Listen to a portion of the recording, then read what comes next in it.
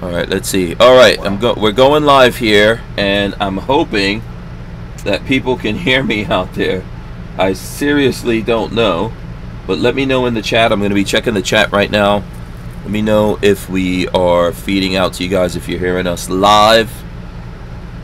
Here, let me see. I'm going to look and see. Since the stream started,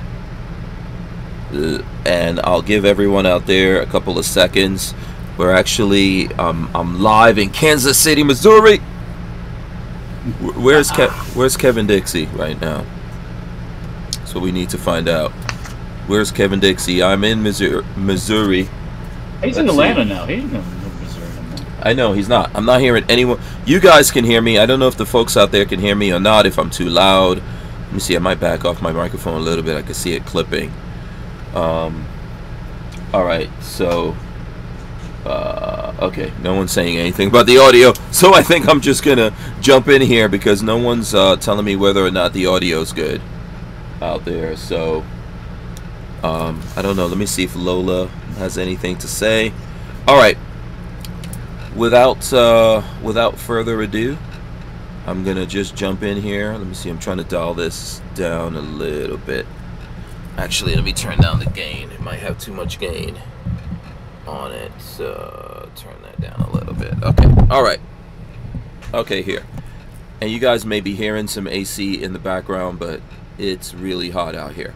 All right, that being said, let's get 42 Chill says, I hear you and noise. Okay, that's the AC. You gonna make a man have to shut off You're fine. his AC. Just keep going. And you can't leave it on. You can't use no on. AC. We can't hear it. Okay, all right. I'll take it out digitally. I can't hear much anything either besides my own. Yeah, all right. Let's do this. Let's kick this off. Let's get it going here. Get the party started. Here we go. Welcome back to the Hank Strange Situation, Lifestyles of the Locked and Loaded.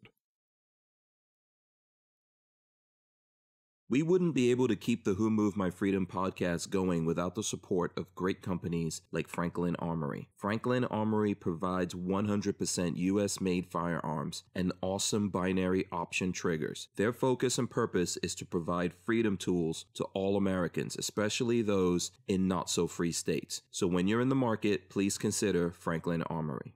All right, we are live. We are live. Let's get those jazz hands going up here. Let me see Babyface do. Oh, hold on. Keep doing it. Keep doing. Oh, what is happening? Hold on, Walter. You got to keep going with the jazz hands, Walter. There you go, jazz hands. I don't know. What's going on? We are live. I hope you guys have your big girl panties on. This is episode 898 of the Who Moved My Freedom podcast. Of course, it's FreeForAll Monday with Wednesday. Look at this thing. Yeah, I have no clue. My brain is all jumbled up. Walter from Safety Harbor Firearms is here with shotgun. If you're watching, import? This is that thing you ordered like 2 weeks ago. Turkish thing, yeah. Yeah, we're gonna definitely talk about that. The Turkish love making shotguns. Yep, it looks good. Actually, it looks good. It looks good. Babyface P is also here. There he goes. Babyface P in the building. I hope these guys have guns. I do have guns with me, but I'm literally sitting in the parking lot of a Scooters. If anyone, what is that? Scooters? Scooters. What is Scooters? Coffee. Is it a biker place or something? It's a coffee drive-through. Coffee drive-through place. We have one right around the corner. It's very expensive. What? I never heard of those things before. Yeah, I had never either. They opened one not far from us, and Marley and I went there. It's like a Starbucks, but almost more expensive. It's a Starbucks type of place. Yeah, it looks busy. I see people coming in and out. What's up? What's up, Walt? Can I show you what's expensive? I just booked my vacation. Okay. Where are you guys going? I'm going on an epic Amtrak train ride. Oh, cool. Is it one of the Amtrak? Is it the thing you could get on and off wherever you want to? You could book it that way if you want to, but we're going from New Orleans to Chicago, from Chicago to Seattle. That's fun. Seattle down to L.A. That's and then less fun. Back in New Orleans. Mm-hmm. That'll be cool. Yeah. That'll be really nice. No, it's going to be epic. Yes, epic. Yeah. If you're there on a Monday, you're gonna have to do the show. So well, One thing about the long train rides, guess what? There's no Wi-Fi. No internet. Yeah. Don't try Which to. is gonna kind of. It's gonna be kind of nice, actually. Don't try to trick me. Now, when I'm in, let me see. Let me look at my schedule here. Oh, I have to look at the calendar too. I'll be spending a couple days in Chicago, a couple days in Seattle, a day or so in Los Angeles, and yada yada yada. But, anyways, I've been wanting to do a big train ride, and it was either go to England this summer, which I could do that, no problem, but I decided to pull a trigger on the train ride, and we did it. I did it today. So. No, that's cool. Yeah. Congratulations. That's awesome. It'll be fun. If anybody else out there is taking a long Amtrak train ride, chime in. I'm not going coach. I can just tell you that. Asper Warrior wants to know if it's a murder mystery, and he says, "I guess any train could be a murder mystery if you get creative." I hope not. I hope there's no murder mystery on the train. So did you book tickets for the rest of us, or is it just you and Peggy? Oh, just is me and my significant other. That's it. Yep. So the Keller children, including the grown ass adopted one, doesn't get to go. The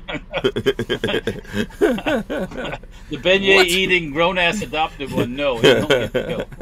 Damn it! You can meet me someplace if you want. Yeah. When are you guys leaving? That's August 5th. Okay. All right, we got time for that. We got time be back home probably sometime like the 17th. Yeah. Like that. Remember, this is episode 898. So we got 2 more episodes. We're gonna get to 900. Then it's gonna be all about. It's gonna be all about the 100 next episodes that get us to 1,000. So I'm already working on making those some badass guests. We're gonna have some folks who've been on before. You guys can let us know who your favorites are. We're gonna get some new people coming on. I was just hanging out. So I was in Kansas. I was actually, because right now I'm in Missouri, even though I'm in Kansas City, which is always confusing. But I was in Fort Scott, Kansas. I cannot show you guys any pictures because the setup I'm using refuses to connect to my iPhone. That's my air conditioner. But I was hanging out with some cool people. Fort Scott Munitions has a few different training facilities now, including a reconstructable shoot house. That's the cool part. It's crazy. So it's this old warehouse, like they have the whole compound, and I guess it was like a recycling plant. And so it's got bricks. It looks like a war zone. And then there's a building there. And inside that building, they have a 4-foot by 4-foot like square. Inside the building, every 4 by 4 feet square, there's these holes that they've drilled down into the ground. And they could put these pegs and restructure to simulate any office space that you send them within a day. And then you could do force-on-force training in there. That's really cool. That'd be really fun. Babyface P, they told me you can never go there. You could never. I'm trying to temper my enthusiasm because I want no, to you're do welcome. Like that so bad. No, they were like, well, you got to bring Patrick and Walter here. So I told them we'll make plans. Plans. No, I want to do that really bad. I also think, just hear me out here. I know I'm obsessed with it, but I feel like orienteering. Nobody teaches night orienteering. And for anybody that doesn't know what orienteering is, Walter, you should know. You were with the Boy Scouts, right? Yeah. Orienteering is like taking compass headings. Yeah, and navigation. Is that? Oh, okay. I was about navigation. to say that's when you make the whoopee with the Asian chick. Orienteering. Oh God, that was pretty. I'll give you that. That was pretty good. No. No. So I would love to see somebody that trains using going through the woods with night vision, like an orienteering course with night vision. I think that'd be really cool because there's nothing like that exists in as far as I can find. And I have heard they have the space for it. They have lots and lots of space. They do. So when I got there Wednesday, right? I got there Wednesday. So let me start from the beginning here for a quick second. We've got this whole show to download a bunch of stuff to you guys, but we're going to talk about Walter's Amtrak, what Patrick is up to, what I'm up to. But I think I worked on the van too. Yeah, I saw you were working on the van. I haven't been able to look at a lot of stuff. I barely was able to get a video up yesterday, but I have a ton of videos that need to go up, including I just shot a video at the Van Duit factory. And Van Duit makes some really... Walter, you're actually... I was thinking about you the whole time I was making that video. Because they use 80 by 20 and they build an endoskeleton structure in the van first. Right. So you might want to do this. They build a whole endoskeleton structure and then they put everything in and you can move...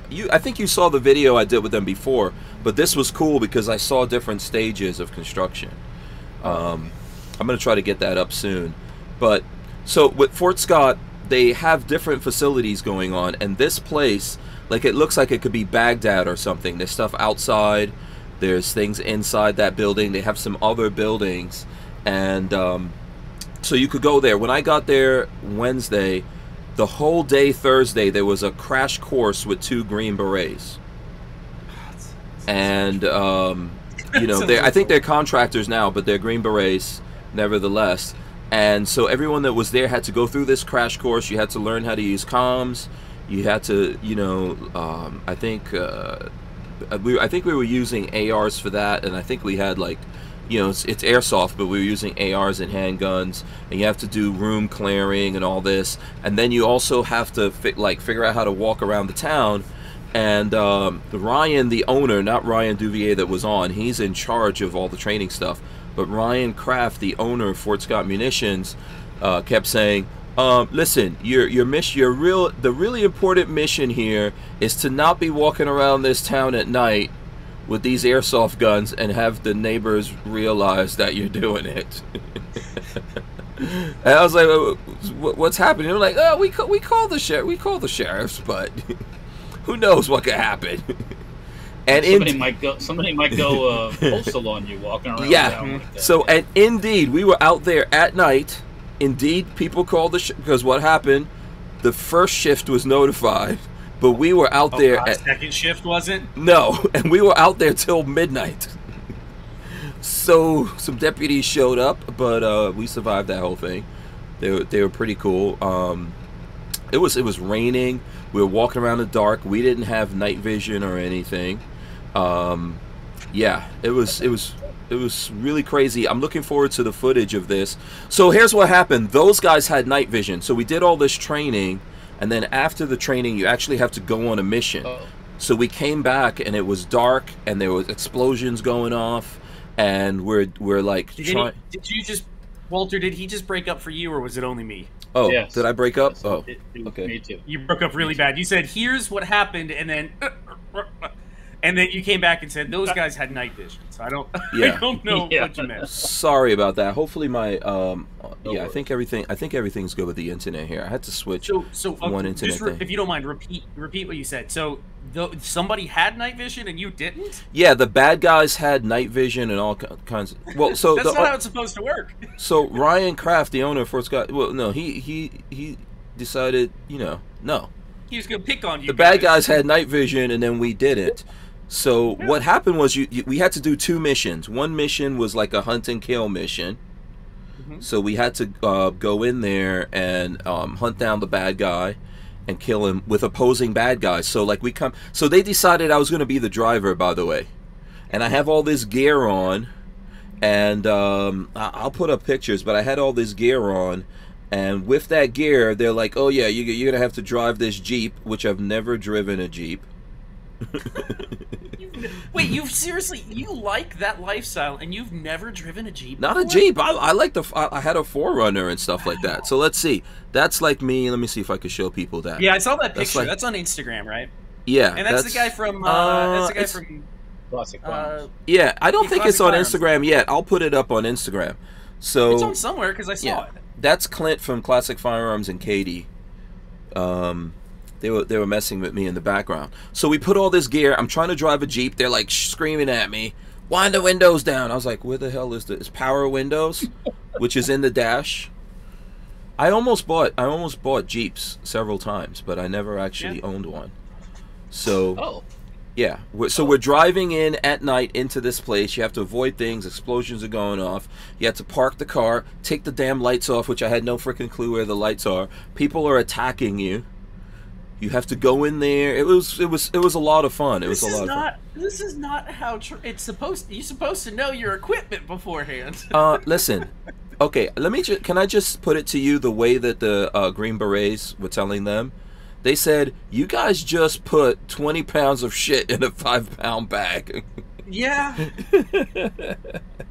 So it was a crash course. It would have taken a lot longer. I mean, that's something that probably takes weeks and weeks for them to train for. But it was fun. So we did that. We're walking all around, we're walking around the town and all that kind of stuff. And the shots come raining in, I'm guessing. Yeah. Yes, there were people attacking us, and then we had to do like a rescue mission, which was in a totally different place that we didn't go to. And that's where these guys all had night vision, and they were attacking us, and they were hiding like in blankets and cardboard boxes and stuff, and we're going in there in the dark. And I was like, oh my god, I'm gonna break my leg in this place. Do you see the power of owning the night, though? Like, yeah. Can you imagine if you were the enemy and a bunch of dudes were out there with night vision? It's like, you have no idea. They're there to kill you, and you have no clue. No. So it's crazy. Yeah, we had lights. We had lights and stuff like that. Oh, but so it was, you did at least have flashlights. Yeah. Okay. Yeah, it was a lot of fun, but then the next day after that... So I did that with the guys from Guns Out TV and some other people. The next day after that, everyone else came in, and then we started doing the training with Kris Tanto Paronto, of 13 Hours, Benghazi, etc. I think he's a ranger. And then obviously he worked for Blackwater with all that stuff happening. So we did training there, which was rifles. We used Daniel Defense rifles. I got a whole bunch of Daniel Defense swag here, but they would not let me steal a rifle. I couldn't even steal any mags. And then handguns. I use my Walther PDP. And so we did that training, but that was pretty intense. Actually, it was like with two you never squeeze in a bunch of different training. So with the two training things going on, I didn't do the whole thing that Tonto was doing because I would have just died. So I did most of it. 42 Chilled has a question for you. What's up? You died how many times? Yeah, how many times were you shot? So honestly, one time I got shot in the leg. That was my... That went where? It went like, the top thigh. I mean, I probably bleed out and die.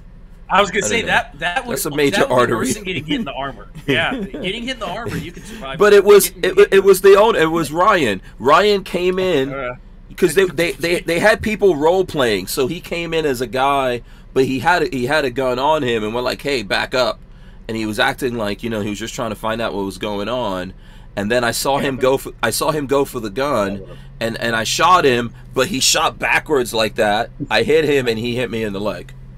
So, and then he was like I said in my text. Did you die an honorable death? Yes. Yeah. You took him out. You know what was really there's some one of the things that was really funny.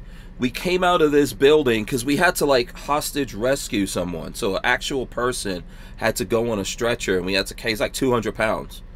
And then 4 dudes had to carry him through the building, which is freaking nightmare. I almost dropped that dude the whole way. But so we come out, there's 3 deputies sitting there. Oh, that's fun. Yeah. So then they go down, they talk to the deputies, which they were fine, but Ryan decides to come out and start sniping us while the deputies are there. And then the guys I couldn't do anything because I had the guy in the stretcher. And so the guys on our side are taking cover behind the deputy cars, and Ryan is shooting at them, and all I hear on their cars is ping, ping, ping, ping, ping, ping, ping, ping. Oh my god. So anyway, that was funny, and they were cool. They were, Were they? Yeah, they came to the, at the end of it, they did kind of a recap session. I'm sure they know who that group is. They know who Fort Scott is. They always, every time I go to Fort Scott, the last time I was there, if you guys remember, I blew up a pickup truck with 70 pounds or something of oh yeah. Yeah. Right. Yeah. So yeah. And then the whole town, it was in the paper, on the radio. Everywhere I went, people were like, oh, so you're that guy who blew up, you know. And me and the Guns, the big thing, like, I was really scared, man. Me and the Guns Out TV guys were like, please, don't let us die. This is not how we want to die. You know, some person in that town is like, oh, I knew this was going to happen. There's some African warriors attacking the town. This is not the fame I'm looking for. But it was fun. It was fun. The whole thing was fun. So I've got to get you guys out there to do some of that, because that's my kind of workout. I would rather do that than go to the gym. So thank you very much. All right. Oh, absolutely. I'd rather run around in the woods before gymming it up. Running around in the woods is fun. Yeah. What's up, Walt? I got your workout working on my van. Yeah, so you found more. Yeah, so what was that poo stain? Oh, I thought he found. I thought the poo stain. There was a that whole was rust. poo stain on the wall. That's rust. That's what I'm asking. What was that poop stain? So what I had to do was I had to take all the rust. I found instead of pulling out those pieces of metal and replacing them with new ones, I bought this rust converter chemical stuff. But you have to take the loose rust off. So I used a brush on a drill, took the loose rust off. Then I put the rust converter on, which turns black. And then you do a couple coats of that, and you paint it with regular, like, Rust-Oleum. So that was the poo stain was the rust converter. Yeah, the poo. Yeah, well, once I painted it black, it was brown to start with. Now it's kind of a black color. Yeah. Yep. But as I was poking at this, it just went right through the top. So. Yeah, 42 chilled says poop does not rust. Most days it depends on how much iron you eat. Yeah, I'm gonna have to make. I think I'm gonna make a patch that's the shape of the roof on the top, and then screw it or rivet it down with goop in it and seal it up that way. Do you know when you're Walt with the van? Do you know when you're gonna do paint? Not yet. Okay. Yeah, I mean we're somewhat close in the paint process. Then that was on Saturday when I did the rust converter. Mm-hmm. I have to let that sit for 48 hours and cure, and then on Sunday I climbed up on top of the ladder and scraped off the rest of that nasty, sticky, goopy stuff that they seal the stuff with on top. Oh yeah, that's horrible. Tar. I used tar. I used one of those electric vibrating cutter things that they sell. It's like. And it scraped it off nice, actually, instead of using a putty knife and getting a blister in my hand. Oh, electric scraper. Okay, I didn't think about that. Yeah, and then I had to figure out, well, how am I getting the sticky residue off? So I tried some acetone, and it works, but it doesn't work. Walther Arms has been making concealed carry handguns for over 90 years, starting with the PPK. Today, Walther is based in the good old US of A and still builds quality firearms like the PPQ and PDP for personal defense and competition. So when you're in the market, please consider Walther Arms. We wouldn't be able to keep the Who Moved My Freedom podcast going without the support of great companies like Walther Arms. Yeah, sorry about that, Walter. That's all right. I missed the countdown. I ended up using, of all things, your favorite smelling stuff, Hops No. 9. Really? That worked to clean the goopy stuff? You pour it on top a little bit and use a scraper and kind of work it back and forth and scrape a little bit, and it dissolved the stuff. Oh, that's interesting. I would have never thought about that. I love the smell of hops. Yeah. That stuff smells so yeah, good. I had a fresh bottle too, so it was. That stuff is great. I undid the lid and I pushed a little foil thing on top, and it was full to the very top. I'm like, holy cow, let's get at it. Yep. I love this. I got 4 rifles in the garage I need to go clean, and I'm gonna be smelling like hoppies for days afterwards. That just brings back. That's not gonna give you cancer at all. My way of fixing it was sandblasting the whole thing, but whatever, you know. No, that technically the sandblasting won't get the goopy stuff off. It's not gonna get the. It won't. It's not aggressive enough to get rid of that. No. So I got most of that off in the bad spots. And I painted some of the Rust-Oleum this afternoon up there before I booked my vacation on the Amtrak train, but which was I didn't think it was going to happen because I wanted to have a sleeper car the whole time, instead of, I'm not going to sit in the coach, and sit like you're on an airplane the whole time, trying to sleep. So, but anyways, yeah, I did that on the van, and then on last Thursday, I went to see the new Grenadier in person. Oh, in Tampa. Really? Did you get to drive it? I didn't see pictures of this anywhere. You didn't post pictures. It wasn't. I posted a thing on the Grenadier group, which is a private group on Facebook. Oh, excuse me. Okay, the rest of us aren't allowed. One for people who have reservations. Yes. The rest of us are not allowed to go there, I guess. Yeah, not you Cybertruck people. No, you're not allowed. Okay. Okay. Anyways, okay, I get it. I said that twice. Sorry, that's my bad. Yeah. Oh, there it is. Yeah. So yeah, I went and saw the Grenadier on Thursday. Just like the pictures on the internet. Got to sit in it. Got to wiggle my butt around in the chair and everything. Yeah. Just like they show it. So there's going to be another tour where they actually have prototypes or actual production vehicles you can drive, and that's coming probably more towards the end of the year. So. Oh, okay. Very cool. Yeah. Very cool. I just sent you pictures in that factory. I don't know if you could see it. I'm gonna try to see if the folks out there could see it with me showing. So you notice that's not like a blacked out. Let me see, how close can we go there? That's not a blacked out transit van there. That's actually bedlined. Oh, yeah, I was gonna say it looks rough like bedliner. Yeah. Yeah, that whole thing was bedlined. That was in the Van Duit factory. I wonder. I know that stuff is tough, but how is it to keep that clean? Like, is it tough to wash that? Yeah, you just wash it down. Just soap and water. Yeah. It's good with sun. It's good for the sun. It's good for everything. It's almost bulletproof. Yeah. Almost. It could probably take a couple 22s. I'm a long ways away from that quite yet. So, yeah, I'm gonna have to get, when it comes time for painting on the outside, I'm gonna have to get some industrial strength stripper to strip off all those decals that are on the outside. Oh, okay. Because the former owner, not only are there decals, but he painted on top of the decals to keep it fresh looking, I guess. So I got my work. Yeah, they would have. Yeah, I don't know why people do that. It's like, yeah. Yeah, I'm gonna have. Like I said, I'll have to get professional strength stripper and strip that stuff off. Or guess what? Sandblast it. What? Sandblasting plastic.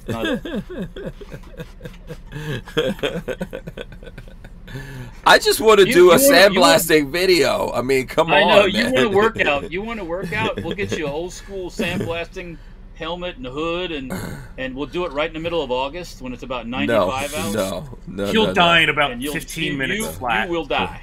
I'm not. There's no way. I'm not putting on a suit. I'm not putting on anything like that in Florida. No way. No way. So yeah, when it comes that time, I'll figure something out. There is soda blasting too, which is another technique too. Yeah. Which isn't. Yeah, I don't think you have to put a suit on for that either, do you? No, you don't. There's soda, and recently, have you seen the uptick in dry ice blasting? What? Yeah, so there's a company that makes a open air sandblasting thing that you dump dry ice into, and it turns it into little pellets, and then after it hits, it turns into carbon dioxide. Yep. No mess, no cleanup, no nothing. Oh wow! I wonder if that's expensive. Probably it's newer. This is new. So I've only seen it recently, so it's probably expensive. I keep getting. I've looked up a couple things like that, so now I keep getting ads, or I guess it's not ads. I keep getting videos on Facebook that are sandblasting, powder coating. Have you guys seen the acid dips? Well, they'll take the whole car, whole vehicle, and wash it. Yeah, wash it. Oh. Yeah. I keep getting videos about that, and it comes out like grayish almost. Yeah, it's really cool actually to see. Yeah, they'll take the whole body, the whole chassis, everything, and just strip the whole thing. Strip it all the way back down, and then it's amazing to see them come out, because then you're like, wow. I can see they fixed there. There's a hole there. There's a fix there. there, Bondo there. We should do that to the van, Walter. We should do that to the van. I don't know where the hell. That'd be cool. That'd It's be going real to be cool. a bath that big. We're going to have to bathe it. No, I Drive don't think that somewhere. bitch is that means you got to take a little everything piece, off the a van. little bit at a time. A little bit at a time. You have I to got strip enough it stuff down to do. to I'm not- bare. I know they do that. I know they do that with supercars. Like I've looked at the video of them making, for example, like making a R8, making a Porsche. Those cars, they go into that. They go into those baths before they do the paint job and all that. You know, so It's pretty neat because it strips everything off of that metal. yeah. I think when they're doing their Grenadier, I saw pictures when they were showing them doing the pre-production cars. They go into that It dips. thing. I don't know if that's coating they put on it or what, but yeah, it's There's different ones that the Grenadier. It's Ineos Grenadier 4x4? looks like a Ineos Grenadier. Yeah. Yeah. It's a badass retro. I have a reservation on one. Yeah. so I was gonna say, let me guess, it's really expensive. Yeah. It's And I called probably it- gonna- I call dibs of when probably it gets gonna be old. in that, Wait. in that $75,000 range. Okay, so it's on par with like a Land Rover or Range Rover type thing. Right. Mm-hmm. Oh God, I shouldn't show this I to talked, Marley. She would. I want talked one. with the woman there that was in charge of their sales stuff, and we were talking about Mm-hmm. what happens if the dealers start adding 30 or 40% on top of it. Mm-hmm. You know, because that's what some of these shysters are doing the cars, and but they're not supposed to on this production. This first run, they're supposed to stick to the prices. So we'll see what happens. So they're saying Yeah. it's Forbes reported that the 2023 Ineos Grenadier is supposed to come to market at a price between the Wrangler Renegade and the Mercedes-Benz G-Wagon, around $50,000 base. Well, So that's actually 50,000 for how. No, 50 Yeah, pounds. That's pounds. That's pounds. That's pounds. Pounds translates to Yeah. about 70,000. It says. Okay, no, you're right. And that doesn't necessarily conversion does not necessarily apply. They were telling us in the U.S., depending on the markets and stuff like that. Yeah. in the U.S., they're saying 75 to 120. So yeah, so it's on par with like a G-Wagon or a high-end Land Rover, Range Rover. That's expensive. They're cool and I'm looking not- though. Yeah, it's basically a newer Defender.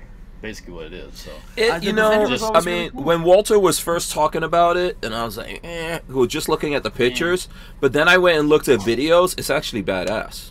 It's pretty cool. yeah, it's built like a truck. It's made to be. Well, a truck, in lots of ways, they did stuff that Range Rover didn't even do. So, even with the Defender, yes, even with the old Defender, yes. yeah, correct. and I saw that Range Rover, Land Rover try to sue them, and they didn't win because they made a whole bunch of different changes. You know, you can't make that kind of a truck without it looking that shape. Exactly. Right? So, Ineos Grenadier. So where is this? This is a British. Ineos is a British company. Ineos is a petrochemical company originally. Oh, I've never And heard of them before. I hadn't either until this whole thing started, but they're like worldwide petrochemical. And the CEO of the company tried to buy the tooling from Land Rover to continue making the Defender, and they told him, They yeah, said no. No. Okay, then I'll make So he my said, own. I "All guess right, is what he well, said. Take this, Right. bitch, and I'll make my own. He pulled a. As banned the Futurama, he pulled a bender and said, "I'm gonna go make my own with hookers and cocaine." Is the engine from that engine is a BMW engine, right? Yeah, I think so. six-cylinder That's what it turbocharged looks like. BMW. Yeah. On the vehicle they had it showing us basically you could look at the outside, you could see the interior, but you weren't supposed to take pictures underneath because it wasn't the final version of the underneath or the engine. So do you know when you saw the people? Did you ask them if they're going to Overland Expo? Because that's like the biggest Overland show, and that's an Overland vehicle. Well, I wonder if it's going to be. I didn't there. ask them that because I didn't think about it, but I don't think they're not going to bring that prototype there because everybody would want to look underneath it. Yeah, and that's not the place. Okay. Once they have the production vehicles hit, which are supposed to be in 23, because they're already starting to take orders in England right now. So they're going to have vehicles this year in England. So Okay. So yeah, okay. it's coming. Yeah. It's coming. Yeah. That's cool looking. That's a lot of money, but I've always heard those things are very enjoyable. Look, if I go to buy a new Suburban, it's going to be. It's going to be about 85. 70 or 8. Yeah, somewhere between 70 and 80. And it ain't what I want in a A Suburban. Lexus, the Lexus, the big SUV Lexus, which is really nice. That's about 85. You know, and that's got real nice stuff in it. So I never saw myself being this type of person, but I told Marley a while ago. I was like, you know, if I was ever really, really wealthy, I would own a G-Wagon. I think they're really cool. I really like those things. G-Wagon? I feel kind of ghetto saying that, but that's the That's for Marley. G-Wagon. That's not for you. That's for your chick. The G-Wagon is for your chick. I would absolutely own a G-Wagon for me. Are you kidding me? Those things are cool. It's for the chick. It's for your chick. So she can drive around and do groceries. I'd have my own. We'd have two. No. It's not for the dude. When do you see dudes driving G-Wagons? Oh, I would own one. No problem. I have no problem with my masculinity. I'd own a G-Wagon. They're awesome. Yeah, there's better. Let's see what the base. There's better.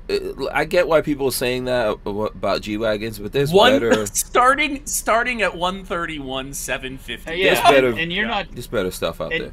And the military G-Wagons are cool. I have a military G-Wagon. Military ones, sure.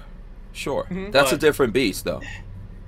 I think I'd rather. The Grenadier's designed to be a truck. It's designed to be used off road. That's one of the things about it. Yeah. It wasn't designed like the new Defender is just a Kia, a fancy Kia. The G-Wagon 6x6 is kind of badass, but I mean, I don't. Of course. What, $500,000 or something? What do you? Yeah, I don't know, but the G-Wagon itself, I'm telling you, I always see the ladies driving around the G-Wagon. Like your husband has money. It doesn't mean it's not bad. Your husband has money. You prove your masculinity on the soccer field, you know, as a soccer mom when you pull up because you got a G-Wagon. Cool. I think I'd rather have a Defender though. I do like those old Defenders. They look really cool. Mm-hmm. Now they're known for being, you know, the old Defenders are known for being maintenance intensive and rattling and yeah, they are. You know what's a badass vehicle in that category? The Power Wagon, Ram Power Wagon. Yeah, but it's not the same, really. That's a weird-looking truck. I've actually driven that off-road. So at Media Day at SHOT Show, they let you drive that thing. It's very capable. I had the little brother to that, the Ram Rebel. You drove my Rebel. That just looks like a truck.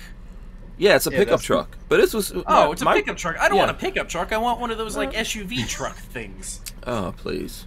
If I'm looking for like a Defender, that's if you want to. So that's what I'm saying to you. So there's a Toyota. I forgot what the Toyota, but there's a Lexus version of the Toyota. That's the badass one.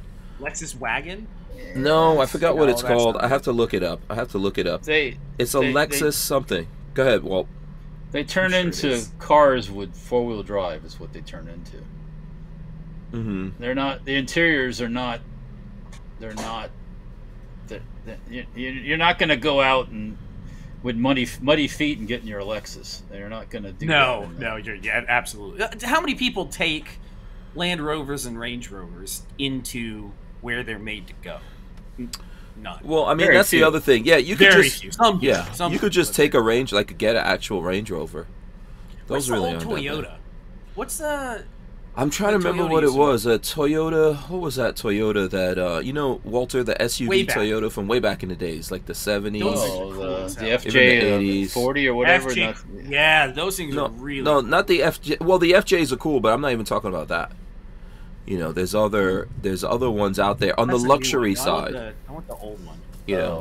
If you're talking luxury, there's other ones out there that have like luxury stuff. Toyota Land Cruiser. Land Cruisers, yeah. And Lexus has a version because Toyota and Lexus are the same company.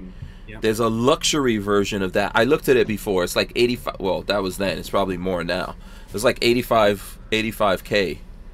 But then it's really luxurious, man. And I'm telling you, you see that in Africa and in the Middle East. A lot of people, for reals, that are running stuff, run those Toyotas. So they're like actually proven to be tough. Same thing with Toyotas. Tacoma is probably the cheapest one, but the Tacoma is badass. Tundra is badass. 4Runner. Did you see that they have a massive I don't know if it's a recall, but a massive issue with the Ford Broncos right now. The engines are failing. Engines are dying. The engines are dying. The engines are dying within like 1,000 miles or something. I know. What you Americans doing? Can't you build a vehicle? Does not that work right? I don't know what to say about that. You know, I hate to be an old curmudgeon at my age, but when you start changing, I don't feel like the engine needs a dual turbo and all the other shit. Just make a really nice V8 and it'll work. What you're perfect. doing is you're making a littler engine, but you're giving it more juice to make it. Because they're trying to. They're trying to go for that emission standards. Emissions. Yes. And a lot of companies no longer want to make 2-emissioned vehicles. Because there's some of them go to California and have to meet that. And then some of the other ones they didn't have to. And a lot of companies, from what I hear, are just saying, fuck it, we'll just meet the California standards and then everybody gets it. Which is stupid because I don't want their emission standards. Well, what Grenadier did was they said they're not going to start from scratch and build their own engine. There's no need to do that. Yeah, exactly. Find something that works. Take a proven power plant and a proven transmission. Let me show you guys what I'm talking about. Like, remember these old Toyotas right here? Yeah. Yeah, I used to see these like when I lived in Nigeria. That's what those things last forever, from what I've seen. Right, but we're not in Nigeria. We're not talking about velour interiors and all that. No, there was high end ones. For the but the average Land Rover, Land Cruiser in those rural places are pretty simple vehicles. They're not real intensive. What's the powertrain that's in that Suburban of yours? That thing is meant, like, those things just run, don't they, forever? I guess Suburbans were known for just going and going. Well, my Suburban's got almost 200,000 miles on it. It's been pretty good so far, knock wood. But I gotta take it to the shop. It's making a funny noise on Wednesday, so it's making a funny noise on Wednesday. Only on Wednesday. What? You said it's making a funny noise on Wednesday. Well, I got. So it's only making a funny noise on Wednesday. I have an appointment on Wednesday. Yes. Oh, okay. To take it to the shop. That Grenadier has to come soon. Listen, you guys could talk all you want to before we get out. I see we have like around a minute here. Guess what though? When that freaking Cybertruck comes, I'm kicking all you guys' asses. I saw someone mentioning the Hummer. That's nonsense. I like it. I like how the Hummer, the new EV Hummer looks. But I'm telling you, and how many are even out there? And then they're over. Those things are way overpriced right now for what they did. 108,000 starting. The Cybertruck is going to kill all of that nonsense, man. When the Grenadier hits the market and people see that thing, it'll be the hottest thing on. Okay, we'll see. I'm going to have the Cybertruck. You're going to have the Grenadier. Patrick is going to have a G-Wagon. I'm gonna go get me one of those old Toyota FJs from back in 1960 or whatever. Those okay. Good luck with that. One of the things with the Ineos guy, people are going to do is they're not going to flood the market. They said they're not going to turn it into where you go up to a light and you see 4 Jeeps. It's not going to be that. So I have a feeling there's going to be a strong I buy it, and then if I want to get rid of it, I'll be able to sell it in a second, probably. Oh yeah, I'm sure. Yeah, you'll probably be able to buy it new and sell it for more than it's worth at the new price. Right, exactly. So then I get a Fiat. We're going to break and we're coming right back. I call dibs 500. We wouldn't be able to keep the Who Moved My Freedom podcast going without the support of great companies like High Point Firearms and Full Forge Gear, bags and gear for everyday life. Did you know High Point is an American family-owned and operated company located in Ohio with over 30 years of manufacturing experience? High Point is proud to be the home of the working man's gun and your source for affordable handguns and carbines with a lifetime warranty. So when you're in the market, please consider High Point. Someone is asking what year your Suburban is, Walt. It's a 2008. Okay. I bought it right as the economy was taking a shit in 2008. But yeah, it's a 2008 for the most part. Lately it's had some issues we've had to work on, and it's got, like I said, 200,000 miles on it. So I'm getting an oil change on Thursday. I'm putting a new set of springs in the back and bump stops because when we took our trip to North Carolina and it was full of gear to recover those trucks. It hit a couple bumps and you could feel it bottom out like dunk hard. Yeah. It's like, ooh, need to fix that. So gonna put a fresh set of springs in it, and because it's tired from all those trips to Knob Creek when I was selling all that stuff. And it's got a couple creaks and a couple noises we got to get looked at. So, but I have no intention on getting rid of it for the time being. So. Yeah. No, it's cool. It works. It takes you on the runs to Hooters. I've been on several Hooters runs. Yeah, I can easily put 8 people in the thing. And if you got a couple kids, you can throw them in the back unbelted, and it works good. One time with the Boy Scouts, we must have had 10 or 12 of them in the whole thing. In my old Suburban one time. So. Yeah. It's done its duty. It's done its duty. But I think it'll probably make it until you get the Grenadier into action here. Okay, listen, with news. So what's been going on? We didn't make last week because when I don't think Walter was here, but then I tried to do it and I didn't have good enough internet where I was I'm just gonna say this before anybody gets rocking off the rocker here. States' rights have always supposed to trump federal rights. That's the way the 10th Amendment is written. Deal with it. What is that in regards to? You're gonna have to. What do you think has been suppressors, machine guns, everything? No. What is this Roe v. Wade? Abortion? Is this Roe v. Wade? Oh yeah. Yeah. Yes. Why all of a sudden this has popped up again? They leaked. You didn't see the leak that came out of the. Yeah, from the Supreme Court, but they still haven't put anything out officially, right? It's the Democrats' fallback. What always comes up in the election? Tell me what comes up in the election. Guns and abortion. Abortion always comes up in the presidential election. Always, because that's what gets a certain group of people all riled up, and it's just like had to get some water. It's just so it's so simple. I hate to sound like simple, but it's a non-issue. Really I don't really care about it. So personally, if you ask me, I had that conversation today. People can ask me whatever, I'm gonna answer it, right? I think there's really few things that are off limits of me discussing. When it comes to abortion, I don't believe in it, and I think it's a genocide in lots of ways. But however, at the end of the day, it's just not one of those hills that I feel like when gasoline is approaching $6 a gallon, abortion's not an issue. When bacon is $8 or $9 a pound, it's not an issue. It's too bad that so many people are aborting their own kids, and then those same people want to turn around and say, "Oh, you just want to kill people with your guns." Yeah. What about you? Got to get your vaccination shot. You're killing me. Oh. Yeah. The country is going to shit quickly. Everything is falling apart. So what happens? Somebody leaks this to get Democrats because they need something right now. They need to deflect from Biden. Yeah, the numbers have never been low. What's coming up here pretty soon? Yeah, midterms, absolutely. Yeah. Absolutely. And once again, when gas is expensive, that affects everybody. That affects the leftists, the abortionists, the everything. Everybody's got to pay the piper when they go to get their gas, and and it's just or go buy their groceries. Yeah. Or I just ordered some tubing today, and now there's a $75 delivery charge in addition to the increased prices just to pay for the freaking diesel fuel. So that's what it's about. And those never go away. Yeah. Those surcharges. I remember in 2008 when the first gas thing happened. All the gas was going crazy high. Pizza Hut. I remember specifically because I was in early college.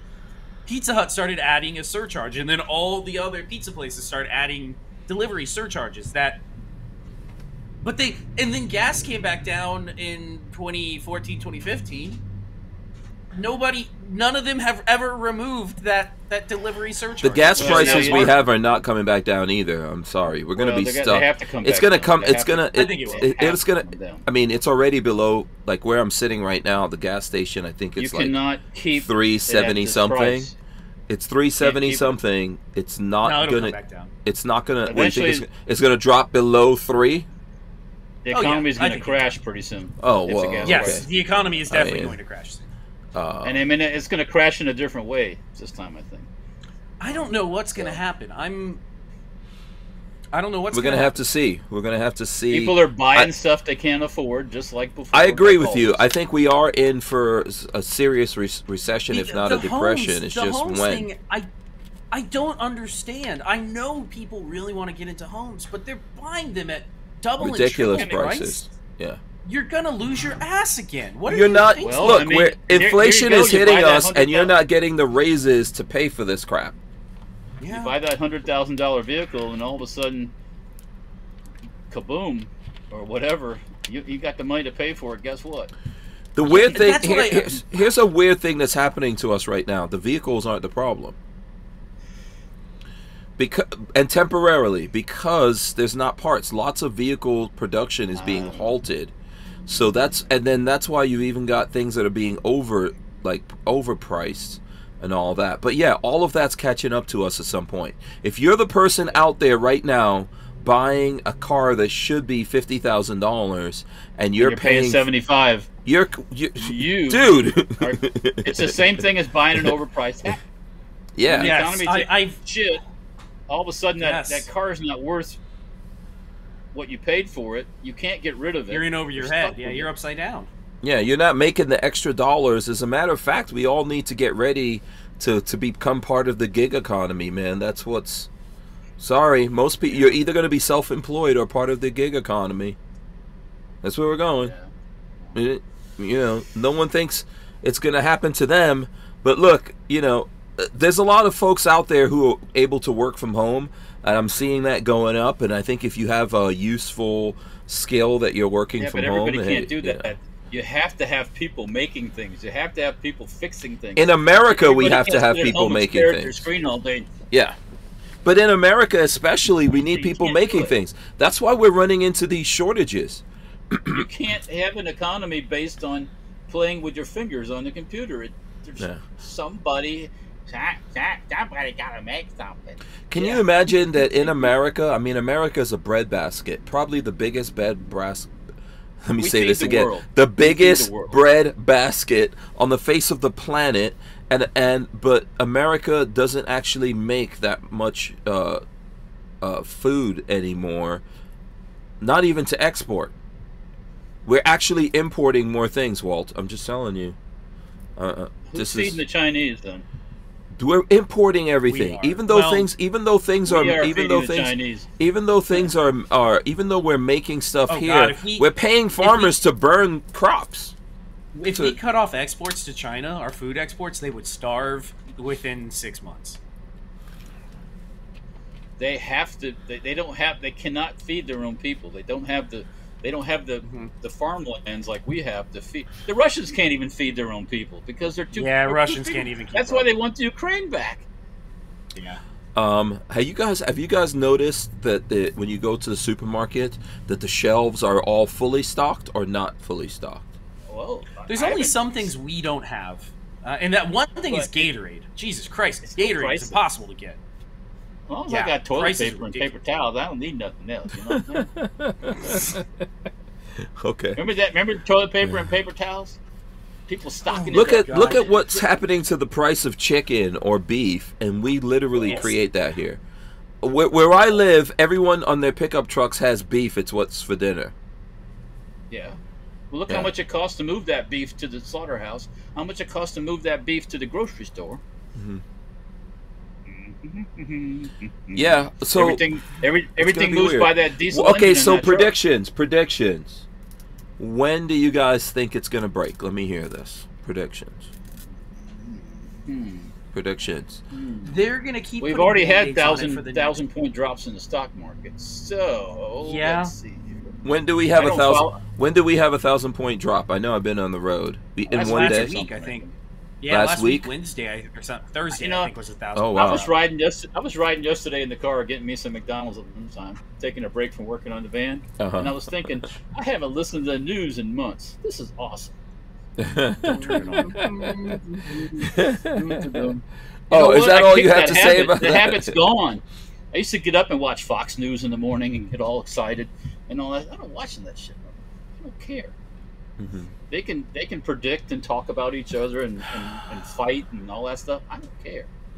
Yeah, it's they can talk about abortion all day long. I'm not. I'm not wishing it to happen. I'm not hoping that it happens. I just know it's going to happen. I'm a realist. I know it's coming. Yeah, that we can't. What we have can't sustain. It's a cycle. Yeah. It's a cycle. We're in that cycle, and you're heading right back to that same kind of thing where you can't keep everything's going up in price, and eventually, how you can't afford to do anything. Even no one's getting paid enough to handle. But that doesn't fix it. You can give them more money, and guess what they're going to do? The price will go up because you have to charge more because you just handed out more. You have to work it. You have to lower the fuel cost, and you can lower the fuel cost by going back to a couple years ago, right? 100%. No one's going to do it anytime soon. Russia's not the reason. Stop that Russia thing. That's not. That's like abortion. That's not a reason. That's an abortion reason. So what do you just? So okay. So I don't know. Have we given predictions? Babyface. When do you think it's going to happen? Okay, I'll tell you what. I'll go first. I think somewhere very close in the window of Christmas. Oh, you think it's that soon? Yeah. Oh fuck no! There's too much money to be made in Christmas. I'm thinking. I think it's in the window of Christmas. I have my reasons. Year and a half or so. You know why? Year and a half or 2 years. You know when companies lay you off? Christmas time, always. Yeah. So that's what I'm saying. I don't know anything. We're not psychic here. I think they're going to prop it up. They're going to keep it propped up as long as they can. So when do you think? A year? Year and a half to 2 years is my year and a half to 2 years. Okay, Walt, crazy Walt? No, once we get close to that presidential election, it's going to happen right then. Yeah, I don't know what's going to happen. So maybe if the Republicans take back the House and Senate in November, then I think the powers that be will try to tank everything as quickly as possible. Do you have that much? So, serious question. I'm not being facetious. Do you have that much faith in the Republicans? No. No, not at all. Not me. They don't. Yeah. I do think that they're going to win, though. I would, yes, I agree with you. I'm just saying. Benefit from all this. Yeah, for sure. Yes. But do you have that much faith in them, though? What they do? Do I think they're going to do anything with that power? No. And I think things will start tanking and get blamed on them. I'm not saying it's impossible. I'm saying it's very possible. We need to go back. It's going to take us years to get back to manufacturing stuff here. But we need to go back to that. We need to create our own natural resources that we need for fuel, both natural gas as well as gasoline. We don't even make the machines here anymore. That machine that's down in my garage, you can't make something like that here in the States anymore. Nobody produces that.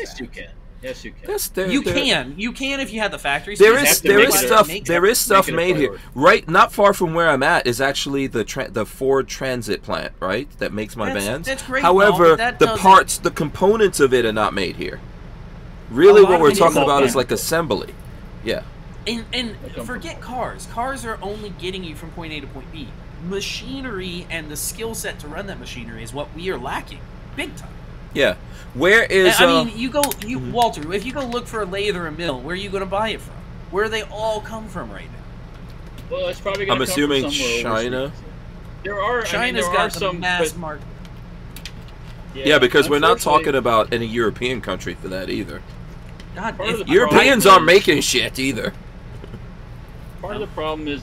It's not that we can't do it. It's just the government and the EPA and the lawyers that make it that way.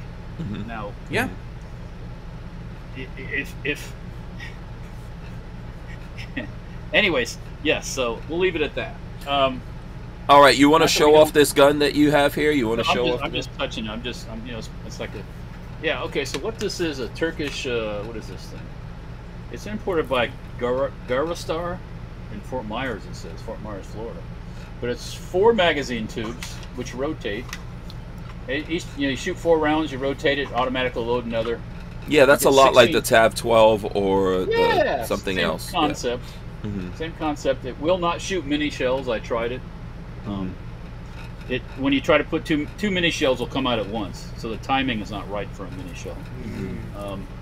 But as far as 12 gauge and normal length shells, it ran pretty well. So we'll have to do a video with it at some point when Hank Strange is not traveling all over the universe. Okay, well then that definitely won't be for a little while. I know, it's going to be a while. I might have to do it myself. From here, I'm going to Texas. From Texas, I'm going to Arizona. I know. Yeah, so it's going to be a little bit before I make my way back. But there's going to be some badass videos coming out, though. I got to shoot this thing outside. Yeah. I shot it in a bullet trap, and that's not very fun. How much, what does that thing cost? This was $680. Okay.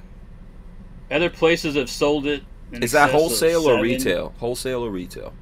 That was from Centerfire Systems.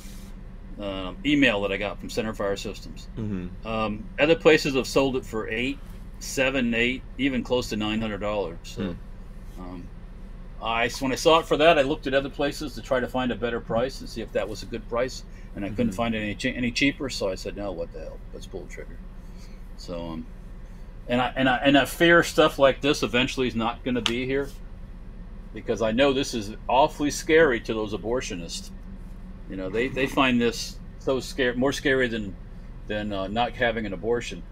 So, I don't know what to say about that. Mm-hmm. Figured I'll have it for the library. I got to get an extra magazine. It came with just a standard one, single stack 4-round magazine also, but I got to get another one of these rotating beasts. Okay. So I'm curious to see how it runs. Yeah. And we could maybe pull out the Tab 4 or something like that. Yeah, we could do a Tab 12. Sorry. Yeah. Yeah, we can compare it to that. I have the AK style shotgun. I have regular automatics. We can do a shotgun video where we just kind of all the different styles of madness with shotguns. Double barrel. I got a good double barrel. Yeah. Actually, a Russian-made double barrel. Yeah.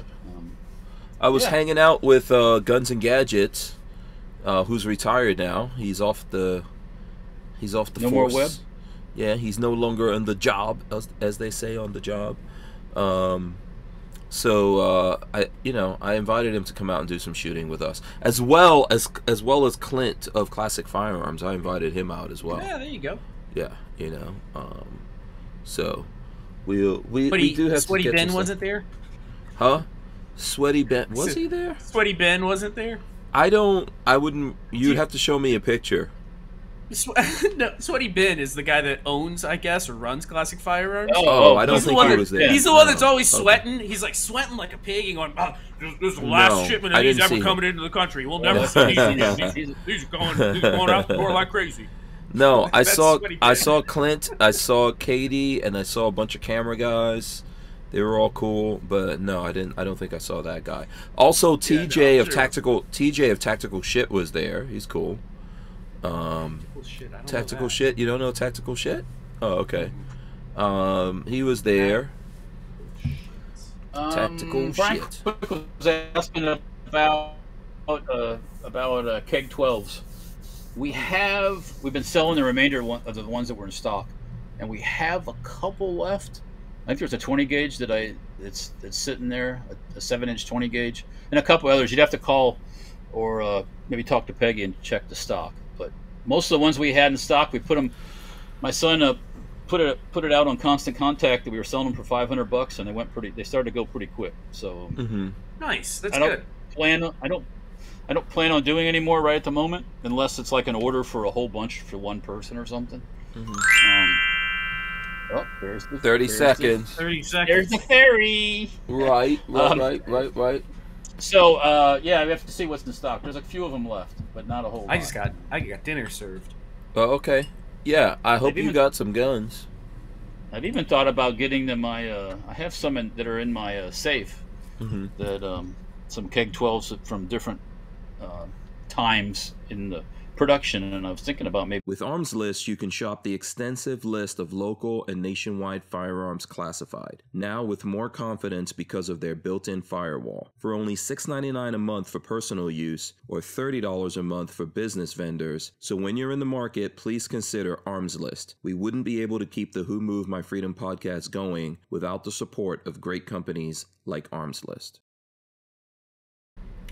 Bada bing, bada boom. By the way, this is an angle of the van that you guys don't often see. There you go. And also, I'm rocking my Vanosaur shirt right there that you could buy on Stranger Palooza. Yeah, yep, you can totally buy. Wait, let's see what kind of food. Homemade. Oh, he got pasta. Marley took my homemade spaghetti sauce recipe and made some sauce tonight, and it is very good. Very, very good. Oh, okay, there you go. It is fabulous. Just fabulous. It is. Oh, I love spaghetti. Yeah, pasta's good. Pasta. Before I did this, I stopped at a Mexican place. Actually, the restaurant's right over that way. Had some food. You know, what is it? Fajitas. You're in Kansas. You're in Kansas. What are they known for? How's the weather? No, I'm in Missouri technically, but Missouri. What's Missouri known for? I have no idea. Someone's gonna tell me. I was in Kansas for most of the time. The weather was actually nice in Kansas. It's not humid at all, and the highest the temp got was 80.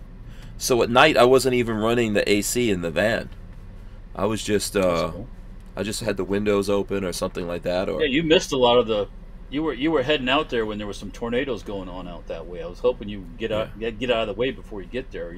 You might meet Dorothy and Oz or something. But here, surprisingly today in Missouri, it's kind of hot in Kansas I looked City. around earlier on a Radar Omega. If anybody is looking for a good radar app, and there's nothing going on out there, so yeah, that's good. Yeah. I'm gonna spend the night out here when we get off the show here.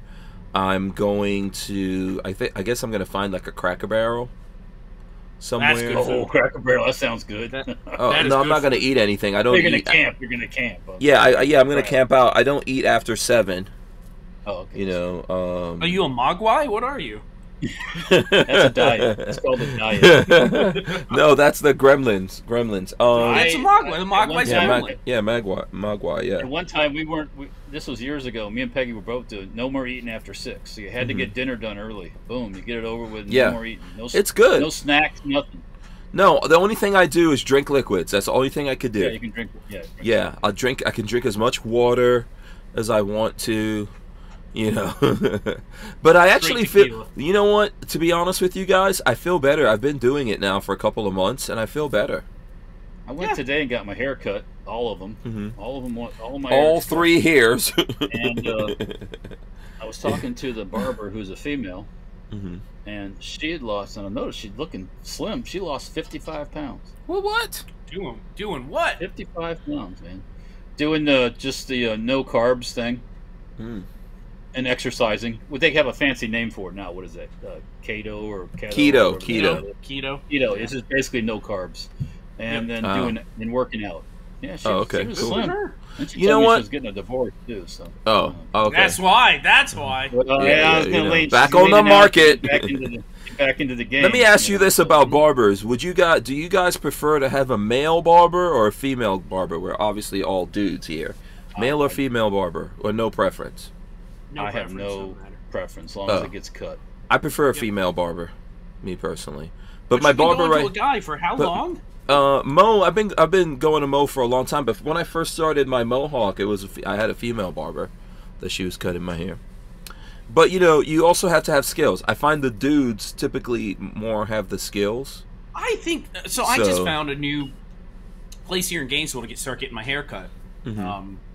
And yeah, there was a guy there that took me to do the haircut, and I thought he was extremely skilled. I actually have gone back to him twice now, because he like says he's been doing it for 9 or 10 years and got like tattoos of like clippers and razors and shit. So he's totally into it. That's all. Patrick sees that, he's like, oh, this a barber, dude. If you got clippers on your arms, you're really into haircuts. You're committed. So, yeah. You're committed. Yeah, absolutely. You better know. Can you imagine if you had all that? Yeah, and you're like, nah, I'm not. Because I know Mo has a bunch of tattoos, but I never saw a clipper, and he got skills. Mo is the most skilled barber I've ever known in my whole life. Period. Yeah, no, this guy was good. Yeah, and I'm an old dude, so yeah, he's got skills. And I miss. You guys don't want to see my haircut, man. I miss. Like, I'm going on now a month without a haircut at this point. Control. Yeah, getting into Wolfman territory. Hey, when you're out west at the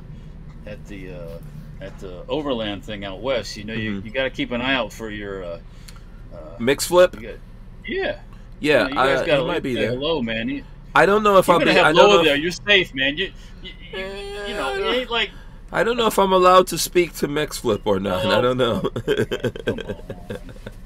You know, it depends. It depends. You know, probably if his wife is there, he's not gonna talk to me.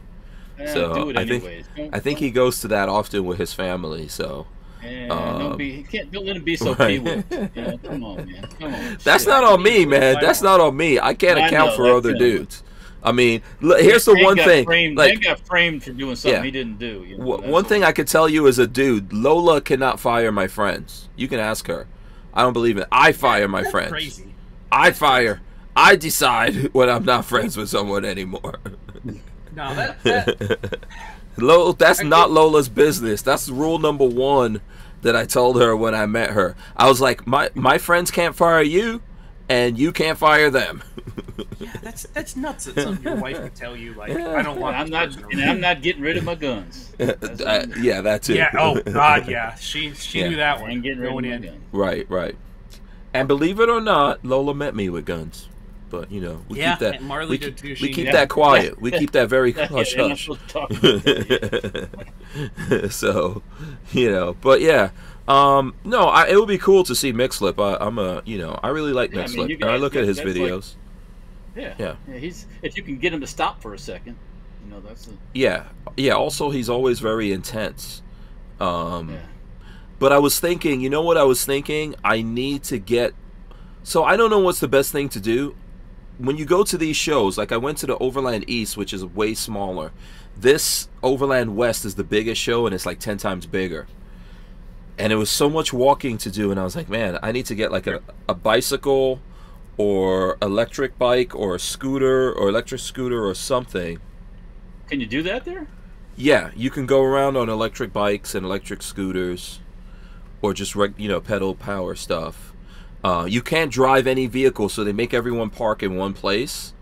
And then you go down to the place, but just walking around is so massive. Like I was reading this thing that they said, sometimes you might be walking 15 minutes to get from one point to another. I saw the vendor list. The vendor list was huge. It's deep. Yeah, it's deep.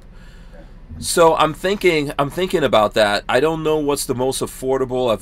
I've been looking at scooters, because scooters you could fold and hide in the van, versus a bicycle will have to go on the back of the van. It's too big, Yeah, and we didn't really build any bicycle stuff to go on my backpack yet. So I don't know if anyone out there has any ideas. If you're riding a scooter, how are you going to carry your stuff? You got to have a backpack. You got to, Yeah, I'll put everything in a backpack. Skivvy Waver says, get a Jazzy. I will. Lola gets mad every time. Remember, where were we? At SEMA show? And I was like, let's rent those little scooters, everyone. Like an old fart. Yeah, Lola was like, no, I don't think so. But get out of my way, get out of my way. Yeah, 42 Chill says Mix Flip has a new Toyota. Yeah, I think he ordered the Tundra, if I'm not. Yeah, he's got something. I didn't watch that video, but yeah, I saw it posted up. I subscribed to Mix Flip. Yeah, I look at his stuff. Cruise Man said, "Get a rascal, get a rascal, get a rascal, you rascal." You know what? I totally would do it, man. I would get on a rascal. I'm not too ashamed. How many young people did we see on rascals, Walt? They all should be horsewhipped. Come on, get up your ass and walk. Someone is sending me the hover round. Oh my god. You want to get one of those? What, a Segway? That's what you're not. A Segway. Are Segway still cool, or they like old school? No, Segway's making scooters. Segway's making scooters, and they have electric bikes, I think, too. And they have some kind of golf cart electric thing that you can. Segway's out there still doing stuff. Yeah. I wanted to get a dual motor scooter. Go ahead. Nah, and that's when he decides to eat. Yeah, what were you gonna say, Walt? No, yeah, you just gotta have something that's comfortable. You didn't get it off on easy. Get off on easy. You know, it's like it's a hard thing to figure out. Yeah, I'm looking for. I think a dual motor scooter might be the thing. What's up, Patrick? What I was gonna say was, did you guys know that the Segway, the guy who created the Segway, segued off a mountain and died? Like, that's how he died. Are you serious? Segway accident. Yeah, he had a Segway accident off a mountain. When did he die? When did he die? When did he die? Did he, this year? Did the thing keep him nice and flat as he fell down? Yeah, I guess. The gyro? 2010. Oh, wow, that's a long time. Oh, I'm sorry. Oh, he fell off a cliff. He fell off a cliff on a Segway, yeah. You think I'm kidding? I don't make that shit up. Yeah, What that was the a hell? segue to death. Holy moly. Oh, that's crazy. Oh, okay. Okay. Died in 2010, yeah. That's Segway off a called cliff. that's called being hoisted by your own petard. Yeah. How many days is the overland? How long is that west? 3 days. 3 days. 3 days. 3 days. So you got to plan. You got to actually kind of plan your days out. I mean, you got to prioritize what you want to see versus just. Right. I know it's hard. Sometimes you're walking along and all of a sudden you see something cool and it's like, oh, and you end up standing and talking for a half an hour about this cool thing. You sound like Lola now. You sound like Lola. You know, but did Lola text you that to tell me that? What? Did Lola tell you to tell me that? Well, no. But I know you're kind of. You're like we shoot across this way. We shoot across that way. Yeah. You go back that way. It's like. Yeah. And I'm actually going to be appearing in the Battleborn booth, Battleborn batteries, which right now my AC is running off of Battleborn batteries. Okay, cool. I've got both ACs in my van going, actually, because it's kind of hot out here. So I've got the engine. What I want I've you got to- both running. If you're walking around and you see a cool mini bike that's electric, just snap a quick pic or two. You don't have to do a big unless you want to stop and do a big long interview. Mhm. Just I'll gather send it info. to you. Yeah. Yeah, because I wouldn't mind building a more like an off-road electric mini bike. That would be a cool project. But Yeah, if I buy, I'm contemplating buying an electric scooter, like a dual motor one, and then maybe I'll let you modify it. What is a dual motor? So it's two. You know, scooters have two wheels, and okay. So one motor in the wheel in the front and one motor in the wheel in the back, and then that way it could go off road a little bit, or and it's fast as fuck when it gets going those too. Scooters didn't Mix Flip do one with a dual motor thing? Did he? Oh, I need to go back and look. That thing went like 45 miles an hour or something. It goes scary fast. Did he buy it? Crap. Yeah, there's some that go really, really fast, but those are expensive too. Yeah. You know how you're standing on a scooter where if you hit something you go dead over the. You all the way dead. Yeah. You better have gloves on for your hands when they land on the ground. Like you're in heaven before the impact. You know, you see bright St. lights Peter from at the cars pearly and- gates is like, oh yeah, he's on his way right now. Sucker, here it comes. It's like just make room. One extra guy coming Fred in. Stanford say, "You big dummy."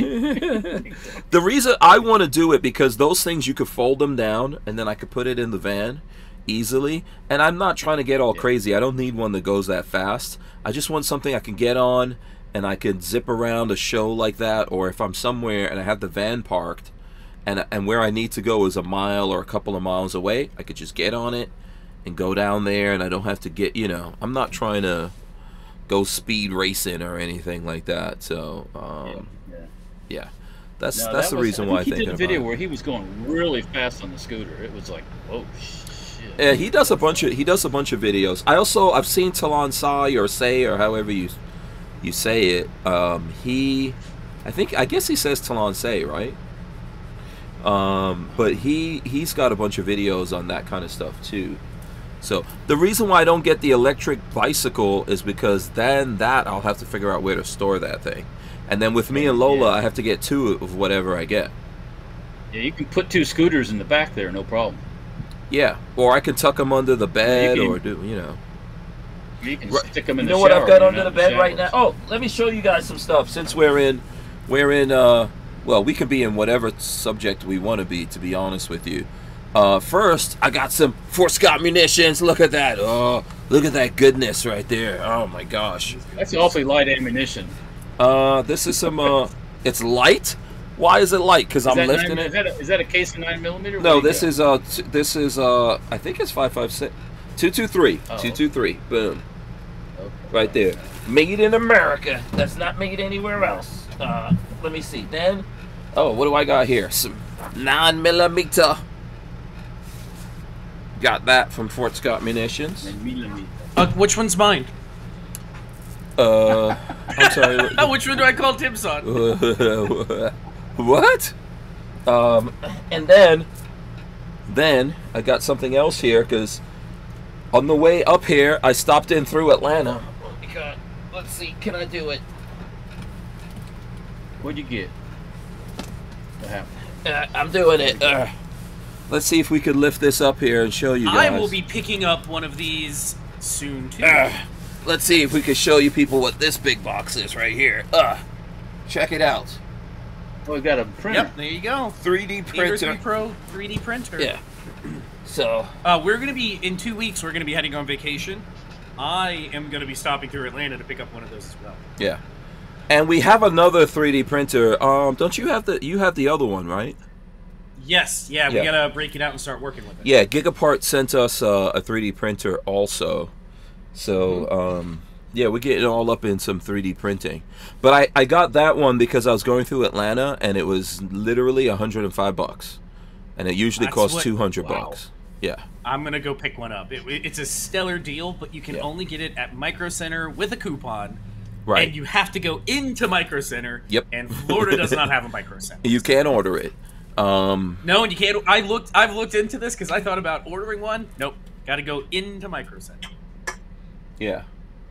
So you got to spend how much gasoline? Yeah, you guys. But I was rolling through Atlanta. No. I'm not going. I'm not driving up there. I was passing through. Yeah. Hank was rolling through Atlanta. We're going to be in North Carolina in 2 weeks, rolling through Atlanta. So I'm just gonna pop off to the Micro Center and it took me literally 10 minutes, and it took me 10 minutes because I went and stood on the wrong line. Really? You go in there. There's a whole bunch of them. It's a whole bunch of them in there. I go, I take one, I put it in the cart, I go stand on the wrong line. And then finally someone is like, oh, the line's here. What's up? What happened? Palmetto State has 9mm Tula, 115 grain for 26 cents a round. That's on clearance. That's getting down there finally. Let me see. There's 50 boxes in a case. Let me see here. That's right. 50. That how many are in a case? No. 20 bucks. No. Yeah, 50. Yeah. Wait, hang on. Is it 50 round boxes? 50 round boxes or 20 round boxes? Yeah, 50 round boxes. 50 round boxes. Yeah. So 20 times that is 1,000, right? Oh, I guess I should say we officially can have. Oh, that's right. The three of us. We officially can have the three of us. Walter, what the hell is going on with Babyface? I mean, obsessions. Oh, you got three. Yeah. 3 small units. All 3 of us can now go. So this one is going to end up now. My 14. I just put this one back together. This one's going to be for filming, moving forward. And then I have my duels, and I've fixed up Marley's 7. So we have lots of options. But yeah, this is the one that I have the adapter for, where I can put it on my Canon and video out of it. So. No, that's cool. That's cool. We do have to do. I was really mad when those guys were doing all the nod stuff against us. I was like, this bullshit. So I'm telling you, well, you got to be careful because I'm gonna get you hooked on it, and it's a bad. Yeah, you know. It's a bad addiction. I am trying to go easy because what we were just talking about, I do really believe in. So I'm trying to. Yeah. That's why I'm getting the 3D printer. I'm getting ready for things like Walter and I haven't put the video up, but Walter and I went to see a manufacturer that's in Walter's area, and they couldn't get plugs. They couldn't get plugs, and they had to 3D print their own plugs, right, Walt? Yeah, they were doing some of that, yes. They weren't printing them when we were sitting there, but standing there, but they had done it, yes. Yeah. So they have that option when things get tough. Yeah. We got like another couple of seconds here, so there's the film, Terry. You know, I'm still kind of in that mode. I'm still kind of in the mode. I'm not trying to say like, you know, like you got to live your life and do things, but. And obviously, like, I'm traveling and all that on the road, but yeah, you know, getting ready to see what happens. Well, you know, that's like doing this. You know, I'm like, fuck, I'm gonna go. I don't care. You might as well live your life, you know, and enjoy it. So we hit the apocalypse. We're gonna be right back here. We're taking a quick break. Excuse me, quick break. We'll be right back. We wouldn't be able to keep the Who Moved My Freedom podcast going without the support of a DAO, or decentralized autonomous organization like TUSC Crypto. TUSC cryptocurrency is a firearm-friendly e-commerce option for online payment transactions, secured on the blockchain. So when you're in the crypto market, please consider TUSC, TUSC. Okay, so just to take a couple of questions from people out there, let me see, I'm going to get to this. Jade Grusel says, I still haven't figured out how to level the bed properly on my Ender 3. I don't know how to do any of that. I'm getting into it, but I've heard the best thing to do is, this is from a friend who is a pro with his Ender 3, run a bead around the outside of the bed and watch as it goes, and then you adjust it as, like, print one line around the very outside and adjust it as it goes. That's what I've been told. Okay. Yeah. We'll do videos on it. Whenever I get mine, I guarantee you I will be doing videos on mostly printing guns. Well, I can't show that on YouTube, but Utreon we'll talk about printing guns. That'll be that could be on we'll Utreon. Be printing guns on Utreon. Yeah. Hell yeah. And just go to the 3D printing community. Control Pew can lead you to a lot of stuff, and Flying Rich also is big on this. So don't reach out to Flying Rich. He'll show you how to do it all. He's on the inside. He's on the inside. Yeah. Well, Flying Rich is old school 3D printing stuff. Old school. Every time I have him on with those 3D printing guys, they all know him. It's like, so he's been doing it for a while. So he'd be a good guy to go to on that. But of course, I know that when Patrick figures out stuff like that, he's gonna have to do it with mine anyway. So, he's gonna have to sort mine out and his. Unfortunately, that's not something you do just once. You have to level the bed every time. Oh, for crying out loud! It's gonna be a nightmare for you. Damn it! No, I'll figure it out. Put levels. Can you just put levels on it? Can you just like I have levels on my van? There is an auto leveling thing you can buy. Okay. I don't know how it works though. Huh. Now this is the Ender 3 Pro. Does this still have to be? So you got the basic model. Well, no, there's an Ender 3 as well. You got the upper tier of the basic model, but from what I understand, that's the best way to go. There are a ton of upgrades that most guys do to those. But where is the upgrade where I don't have to level shit? I don't know. I haven't looked into it yet. But you're starting out. A lot of the upgrades are printed upgrades. So they're like people print like trays to hold your stuff. Yeah. So it kind of like teaches you as you go. Like there's a whole list of things you can print to help make yourself more efficient, and that shows you like as you make those prints, you kind of learn how everything works. I'll figure out how to do it. I want to get into it. Yeah, I think it's cool. Let's see. Doesn't Young Keller have one? Yeah, he does. He has one, and then he's building a bigger one. I don't know how that's been progressing. Have you ever? Have you ever tried to ask Will something? I'm gonna ask Will how to level. I was talking to him today because he was talking to me today because he wanted to ask me some stuff. So yes. Oh really? He's looking at buying. He's looking at didn't treat you like an idiot. He's looking at purchasing a rather large truck. Okay. And I don't know exactly why he wants this big truck, but he wants this big truck. I mean, a big truck, not We're like not an talking F-850, 850 size truck.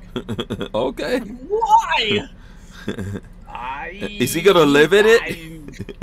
No, I don't think so. No, 450. We're 50. Yeah, I know there's I thought 450 was the biggest one. It's a big dually. He has a 450.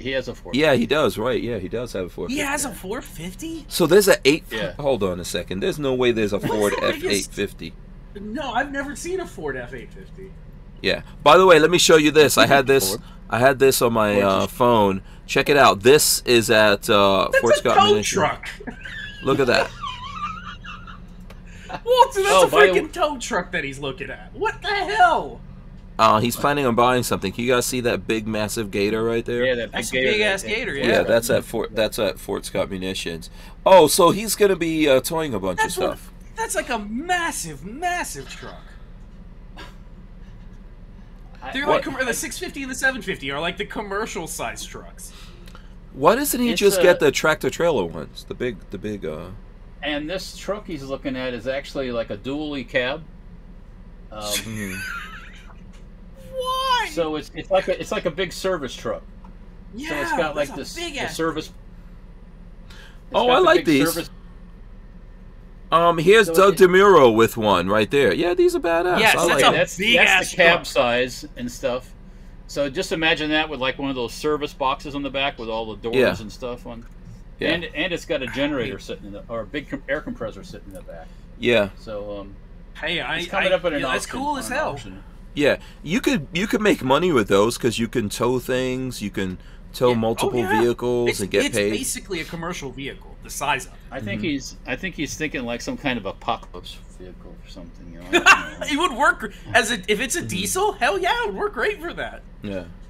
By the way, folks, that 9mm Tula from Palmetto State Armory shipped was like $285. Yeah. Still not That's bad. for 1,000. That's still that's not bad now. Right. That's So I saw that.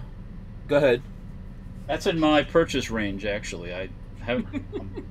I saw DCG 44 says Tula shoots, but it's inconsistent in loading, so it's not the best accuracy. Get yourself Fort Scott munitions if you want good accuracy. Use the code Hank10. You'll save 10%. Yes, but let me good, tell you what it's good Tula's stuff. For. You put that in that plinking. 30-round magazine, you pull that bolt back, and you rock and roll, baby. Plinking for sure, for sure. But I'm telling you, like Fort Scott 380 dropped a black bear. You can look at all the videos and stuff like that. Yeah, I'm not of what they doubting that have. one bit. I mean, So. but I'm just saying for blasting ammo. Yeah. Fort Scott's a little higher up the food chain than Tula. Right. It's defensive. It's defensive or hunting.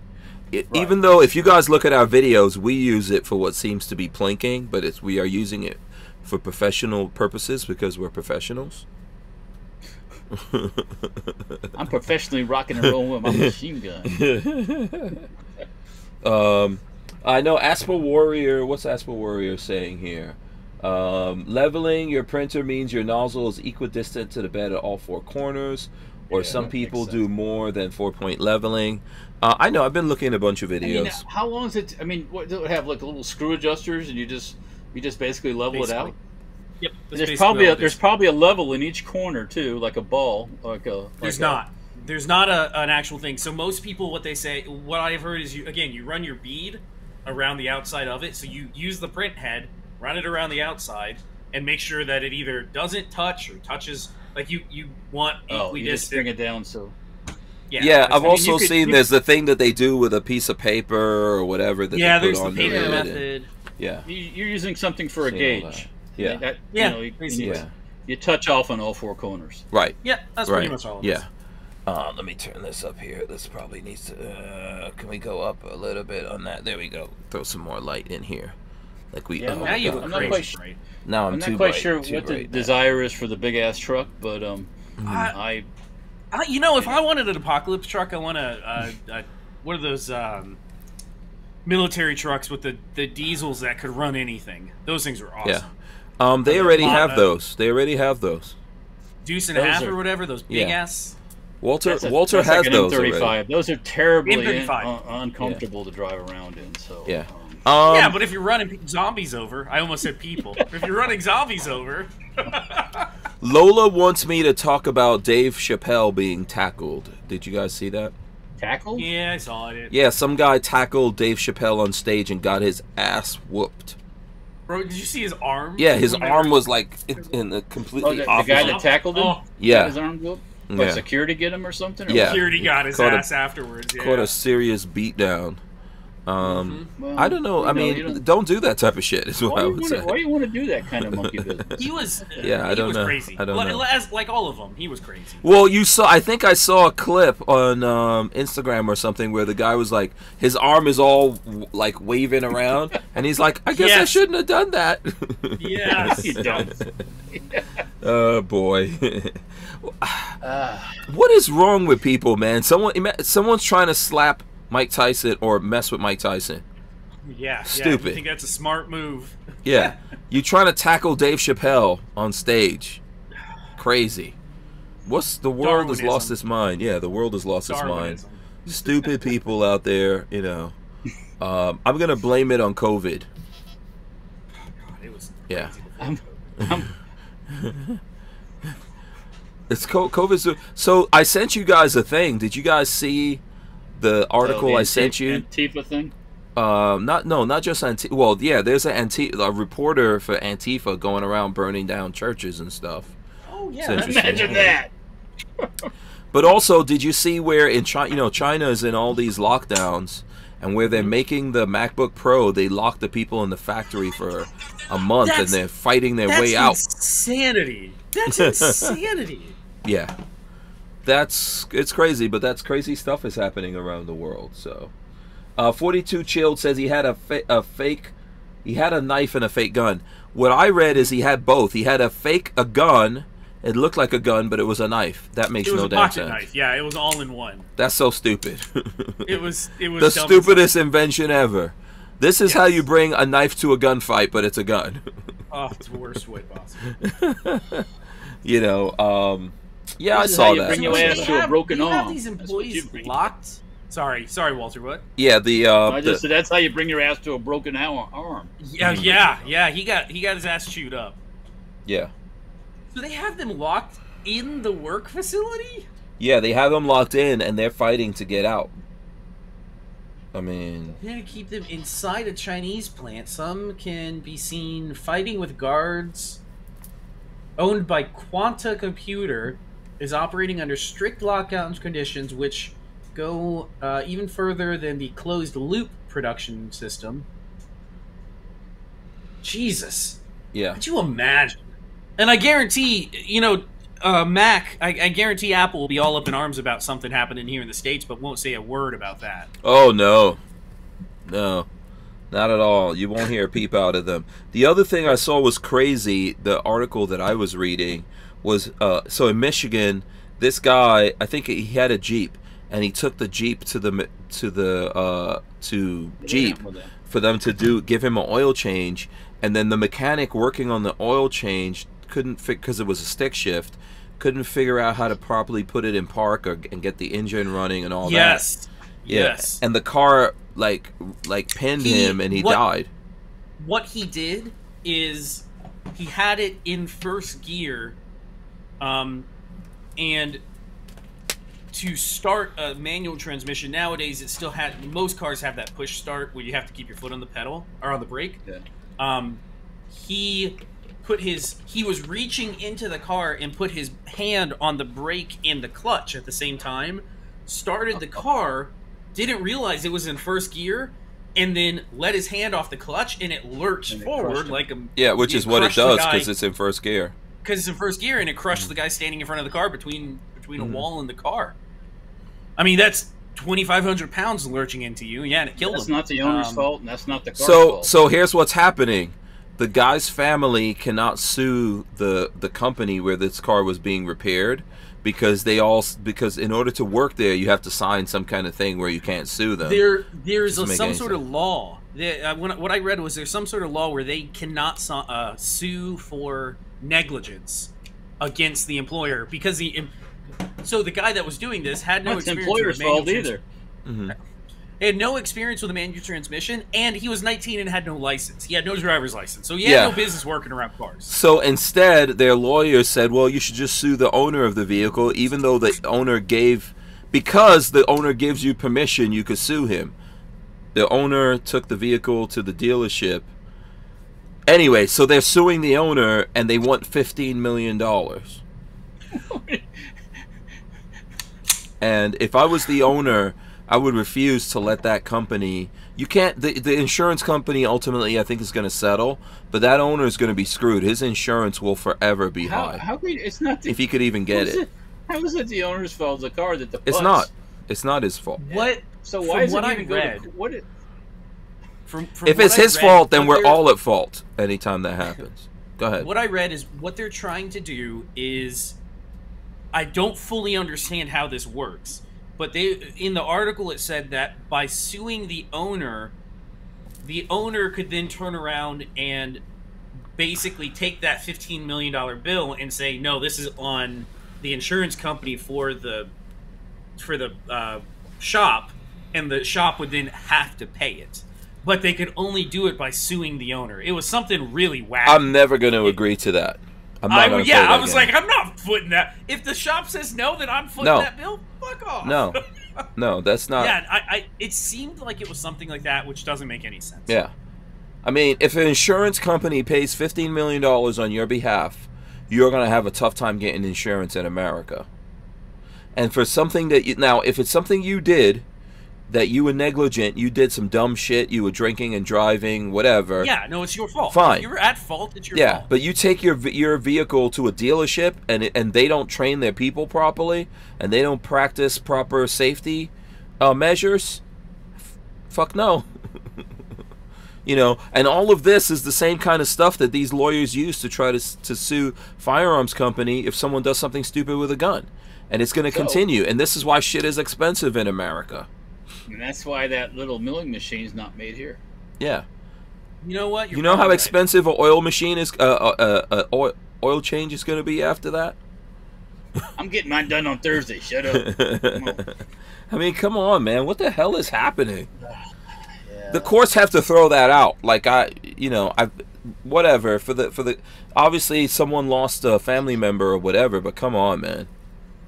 Seriously. I mean, yeah, there's that whole, you're not responsible for anything you do.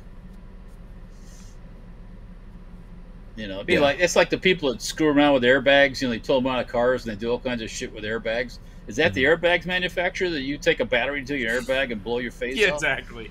Yeah. Or you blow your buddy 20 feet up in the air with an airbag? No, it's not it's not their fault. It's your fault because you're a putz. Yeah, but the idea that they're like, oh, listen, just play along. We're gonna sue you. Well, not really you. It's the insurance company. They're gonna pay us $15 million. Yeah. And you'll go, no, I'm not playing. I'm gonna say no. I don't want to play that game. And you know who the only people that really make out on that are? Lawyers. Here's the quote. So here's the quote at the end.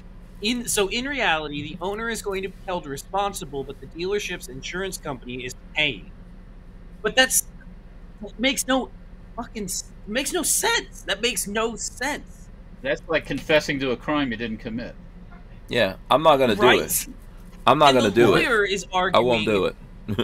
Feminiano told McClatchy News that the car owner is responsible for Hawkins' death in the same way that someone who lent another person their vehicle would be liable for injuries caused by the driver. He did not lend it to the shop. He didn't lend it. He took it in for service. He was paying for a service. If you lend your vehicle to a friend or something and they're driving it, for sure, your insurance is responsible. But I'm sorry, also that person who borrowed that vehicle is responsible. Has responsibility. There's a difference between lending your car to somebody and them doing something, and you taking it to a facility, a Chrysler, Jeep, Dodge, Ram, whatever. I mean, should we not take our vehicles to these freaking people? This is literally the dealership that made the car. Yeah, come on. God. That's like the guy who breaks into your house. You shoot him, he sues you. But could you imagine a lawyer coming to you? Yeah, and don't saying, break in my house. We're gonna sue you. Don't worry about it. The court has already said that the other place has to indemnify. They will cover the cost. I'm like, I'm not playing your reindeer games. I'm not playing those games. No, yeah, I ain't playing this shit. This is not on me. Yeah, this is not. What is that thing called? Like I would see it in New York City on the street corner when they had the. Oh, did you guys freeze? Yeah. What was that? Like, it's not a shell game. He froze up. Where people like shuffling the coconuts or whatever around. Like, which card is it under? Which card? Or which cup is it under? Which cup is? Yeah. No, man. We're not. Let's get the hell out of here with that nonsense. I'm not playing that with you. You work. What happened to workers? What happened to workers' comp and all those other things? So there's some law in this municipality, either state or something, that says that a worker can't sue their boss, their company, for negligence because there should be no business like that in that place. Then something crazy, yeah. Those kind of businesses can't exist there, and no one should go there. No one should use those people. Michigan sucks. Chrysler, their Chrysler has to go out of business. Yeah. There's no way they can survive after this. Yeah, Michigan sucks. Hairy, sweaty. I don't understand how that's sandy donkey balls. For anybody that wants to go look it up, Steve Lato's Law on YouTube. Oh yeah, did a video about it about a week ago. He did. He did a good. Yeah, I like his stuff. And he's a Michigan lawyer, so he understood what was going on there. Yeah, he does a lot of car stuff. Yeah. Yeah. Oh yeah, all of his stuff. He's a lemon law attorney. All of his stuff is car related. But yeah. That's crazy. Absolutely. That's just the height of it, the epitome of craziness. All right, we're going to take a little break here. We're going to come in right back. I'll be back in a second, too. The Who Moved My Freedom podcast is made possible by our partners at 2A Commerce. Veteran-owned and with over 20 years' experience, 2A Commerce is the leader in custom e-commerce and web application development in the shooting sports industry. Clients include major brands such as Guard Dog Body Armor, Sylvan Arms, AccuFire Technologies, The Tactical Games, Warrior Knife Company, and yours truly, Hank Strange. Visit 2A Commerce and support this show by supporting them. Once again, visit the number 2acommerce.com. I'm seeing some reports here that they captured the did they capture the prison guard and the dude in Alabama? That the prison guard chick just let him go? Is that Alabama Corrections Officer Vicky White, an escaped murderer, capital murder suspect case. Let me see. Arrested after car chase. Yes, they captured him today at 6 o'clock. Are they both alive? Both captured Monday after a 10-day manhunt that ended. Yeah, so they're both alive. Can you imagine? Yeah, it says they were taken into custody. Yeah. You imagine throwing your entire career and life away because some criminal gets you to let him out of prison? It says she had a self-inflicted gunshot wound. Her wounds are very serious, so she tried to take herself out. Yeah, she tried to take herself out. Hell yeah, I don't want to come back after that. You fucked your life up beyond repair. Okay, interesting. All right, yeah, that's just cray-cray. You know, okay, this is a thing, like, I know there's all these lonely guys out there in America, right? There's lonely dudes out there. Why does this chick, she has to get a prison dude? She could have slept with any... Listen, there are lots of lonely men. You just pick one and you could sleep with any of them. Yeah, she had to get a prisoner? Men...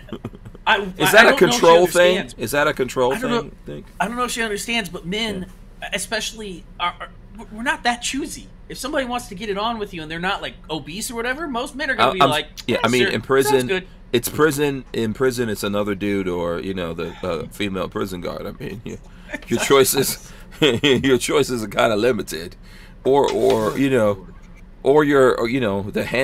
handling of your own business, as they say, Yeah. Handle somebody else's business if you're unlucky. That speaking of that, listen, I do have one gun I'm going to show you guys. I brought this with me. This is my Theragun. I brought this with me. Is that how you handle your business? Check this out. Let me see if I can put it on. You just unzip your pants and... That's how you handle your business. I don't use it for those purposes. This would kill you. Well, first of all, I don't even know what a dude... How a dude would use an implement like this. Let me see that again. Let me see the tip of that again. Do you want to see it? Is that tip unscrew? Yeah, it pops out. It's moving so it vibrates at a high rate of speed. I wonder if they make a flesh-colored adapter for that end. You can 3D print one. 3D print one and pop it right on. This thing saved my life, man. On this particular trip, I don't know if you guys can hear this or not. It's pretty strong too. So I'm sure driving cramps you up pretty bad. Oh, just the training stuff though, man. That training stuff did a ton of damage to me. But speaking of the things that you're speaking of, speaking of the things you're speaking of, do you guys know what a fleshlight is? You guys know what a fleshlight is? Yes, I do. I don't own one, but yes, I absolutely. Walter, do you know what a fleshlight is? No, but I'm sure you're going to tell me. Oh, no, I was just wondering because... What'd you say? I'm just wondering. What? I'm just wondering if you know what that is or not, Walt. Is Peggy saying something to you? Walter is not allowed to find out what the fleshlight is. Yeah. No. Oh. No, I was just curious because my lovely wife is so innocent. She didn't know what a fleshlight is. She didn't know what one was? No, she didn't know. I was like, are you serious? You don't know what this is? So of course I had to break it down, and she was just completely appalled. She's like, "What is wrong with you? What is wrong with men?" I was latex, like, "Everything." That takes the shape of something. And... Everything is wrong with us, if you want to know. But real talk. This is proof. You can't use this. Like, women cannot use this. Thing will kill you. You will die. This is the slowest this goes. You will not be able to use. You won't be able to use your pum pum anymore after this. You mean you just won't be able to walk? She won't be able to walk straight for a week. No, you will be dead. You'll be all the way dead. Oh God. You know, there is such a thing as the overuse of. Yeah. Some women push it. Yeah. So anyway, but this thing was this particular gun was a lifesaver. I'm glad I brought this on the road with me. Yeah, especially since I'm out here suffering on my own. Okay. All right. Enough shenanigans. You gotta turn the sex toy off. Enough shenanigans. Last segment. Those Theraguns are freaking awesome. So I don't know that we're gonna get a chance to get any shows in here for the rest of the week. I doubt it. So we might as well cover what you guys are gonna be getting up to while I'm traipsing around the world. Traipsing. Yeah. Oh hell. I'm gonna work on the van some more tomorrow. Do some more painting. Hey. So yeah, I got to keep working on that because I got to get through this crappy part before I can get to the good part inside. So, yeah, got to patch all the holes and do all that stuff. And do the stuff I don't like to do. Right. And, I'm gonna try to get the video I shot today up because I think you'll like that, Walt. It was cool to see what. Cool. Yeah, it was cool to see what the Van Do-It guys are doing, and the cool thing about them is they pre-build a bunch of panels. So when they get the van in, they have to prep it, but then they just put that little endoskeleton. I don't know what else it's called, but it's a frame they put inside, and then they could just pop everything in really quick, and it makes it actually you can change it in the future, and you can get different pieces and panels and stuff. You can take it apart. That's cool. Yeah. In the video, they showed, if you remember, I have a video with Van Do-It from last year, and they showed that same van, and it's in a completely different configuration. Oh. So, Van Do-It? Yeah, Van Do-It, yeah. So I'm going to work on that video and get that up. I shot that today, but tonight after I get off the show, I'll be driving, because I've got to make it down to Texas, and I'm going to be doing some more videos. Get a night's sleep and then get up in the morning and have some coffee. Yeah, I'm gonna find find a spot, and then I'm gonna drive down to Texas. I've got some stuff to do there, and then I'll be driving across to Arizona. I've got to wind up in Flagstaff. That's too much for by me. the end of next I like week. being home. Yeah. I don't mind being away. You know. I miss my lovely wife. Times like this, I miss Lola. You know, when I have to do my own laundry, and you know, I miss Marley, but I miss having a comfy bed. Oh, I love my bed. I got you know, I got a bed here. It's not as comfortable as my bed, but all that stuff is, you know, I got creature comforts. I'm not suffering. I'm not suffering here on the, on the road. But I miss Lola. I need someone to harass and give a tough time to. Lola's having too much fun without me. You know. Let's see on Amazon. Do they make Lola's organizing. Lola's organizing shit. Yeah. For men. Here you go. Black blow-up dolls for men. Oh, I don't want it just black. I want it like skin tone black. What? No. He misses her. We can put a black. No. We can paint the face on it. Put it in the the real thing. The passenger seat. No. Hank can have conversations with I need the real thing, Babyface B. You don't want that? No. The real thing. The real thing. You can start going crazy. You can start like Wilsoning it. Like what's that movie? Oh my God, no. Where he talks to Wilson. I'll just be lonely. I'll just listen to my audiobooks. There you go. Only the lonely. Yeah, what are you getting up to, Patrick? I think you were over. Did you go to my place, or no? You were there before I left, or you went there? Yeah, I was there on that Friday night. I finished this up. It has been test fired. The video did not come out today. We're gonna we're going to have the series coming out soon on building this up, putting this together. So that'll be coming out probably tomorrow. Starting. Okay. What was that, Walt? I got my sights. I got my sights from a 45, and then I got Glock sights. You don't have a Glock sight tool, do you? Glock I do. Tool? I do have a Glock sight. Oh, you do? Yeah, okay. the little unscrew part. I have one. You press them in the back. Oh, that I just put it in the vise, and I have a brass punch that I punch it in and punch it out. Yeah. We can, if you, next time you come to Hank's, bring them both, and I can do all of it there. He's got, the vise that he has on the table is more than enough to handle that. Mm-hmm. All right. Okay. Yeah. 1911. I'll make sure to bring the tool to press. That might be like in 2 years or something by the time it gets back. I know. I don't know when Hank's ever coming back. No, I'll be back. Come on. DCG44 said most piss poor Gorn ever. I don't know what you want. I don't have. Only thing, I mean, I have my my Walther PDP, but it's packed up right now, and I have, obviously I'm carrying, but by policy I typically don't take off what I'm carrying and show it off, and then Walter showed some Gorn. What you got there, Walt? That's that GunTech AR-10 we put together. Oh, cool. Yeah. That's a 10? Oh, that's cool. Yeah. Yeah. You remember the one I brought to your house and it didn't work right the last time around? Yeah, I think so. It wasn't it wasn't this complete rifle. I had put a different upper on the lower and fiddled it, fricked around with it, and it didn't work right. So I put it all back together now. So. Oh, okay. Yeah. Okay. Yeah. That was my fault. That was operator error. Yeah, some people don't believe in firing pins and stuff like that. I know. We don't need no stinking firing pin, Come on. Yeah. Okay.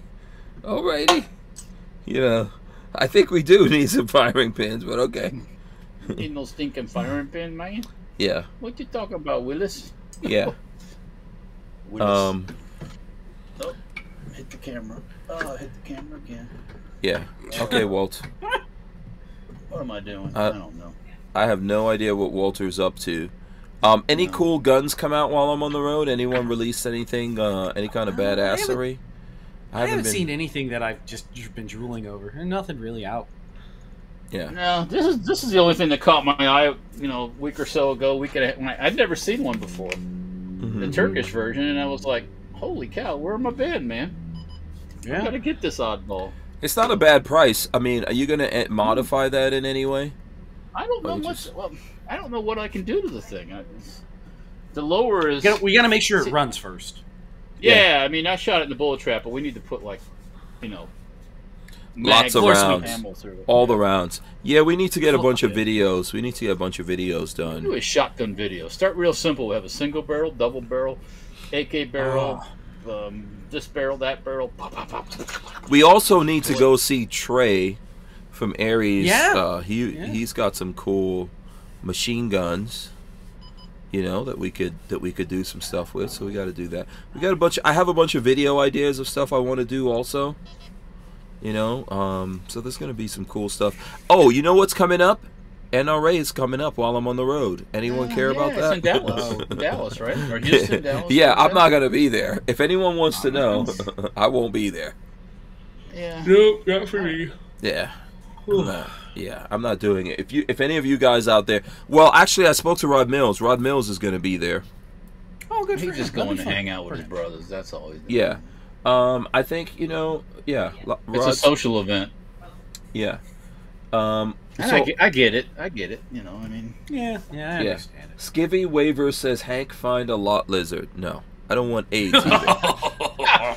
That's how you bring home the diseases. I am. Don't let friends do that. Yeah, I am going to see Lola. She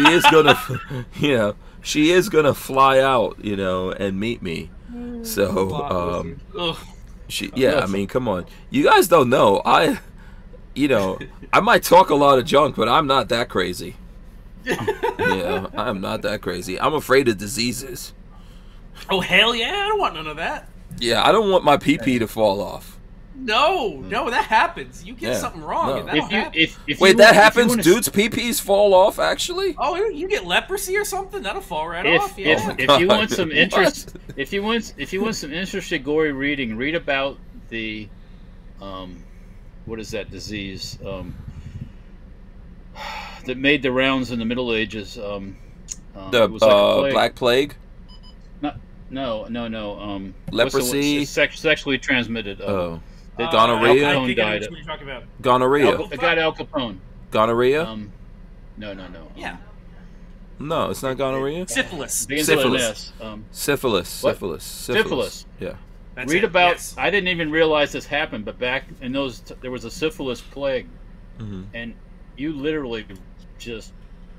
Oh God, I don't want to think about it. Oh, it's awful! It is a terrible way to go. And they blamed it. I watched a little documentary about it, and for a while they were blaming it that it came from the native people here in the U.S. And it didn't come from the native people here in the U.S. It's still. Oh wait! It existed over here. That's right. It existed it's a over New here, World but disease. it's not in the same sense as it existed. It might have sometimes these things mutate. You know, when I was a kid. They think the Christopher Columbus ships brought it back because it was a New World disease. They brought it back with them. And then it was concentrated in these urban areas, and it just got bad. Oh wow, that's disgusting. You know what? Corpses. They find bones and stuff they dig up, and these people are just. You know what always scared me when I was a kid? The big ball syndrome. I don't want that. You know how ball syndrome? Dudes have like the big nuts. You know, guys get like nuts so big that you can't even. You never saw that? Google that. No. What am I gonna Google? Big nut syndrome? It's like elephantitis of your gonads. I don't know what it's called. I don't know what it's called. I think there's a Guyanese term for it. That I forgot. Bad juju, Buana. Bad juju. Yeah, but I used to see that in certain places in the world. Like I saw that, and I was like, "There's no way in hell I don't freaking want that." Like So that was a thing that always scared me. I was like, "How does a dude's nuts blow up like that?" I've never heard of that. On that note, we'd like to say good night. Oh, that's fucking awful. So no, we can't end. We can't end on that note, Walt. That's what Lola usually keeps you in check with. Yeah, I know she's not around to whack you. She's still texting me. She hasn't texted me on that yet. She might not be paying close attention. Oh, I see that Bitcoin is going down. Ugh. Ooh, really? Interesting. 30,000. It's pretty. Yeah, it's gone way down.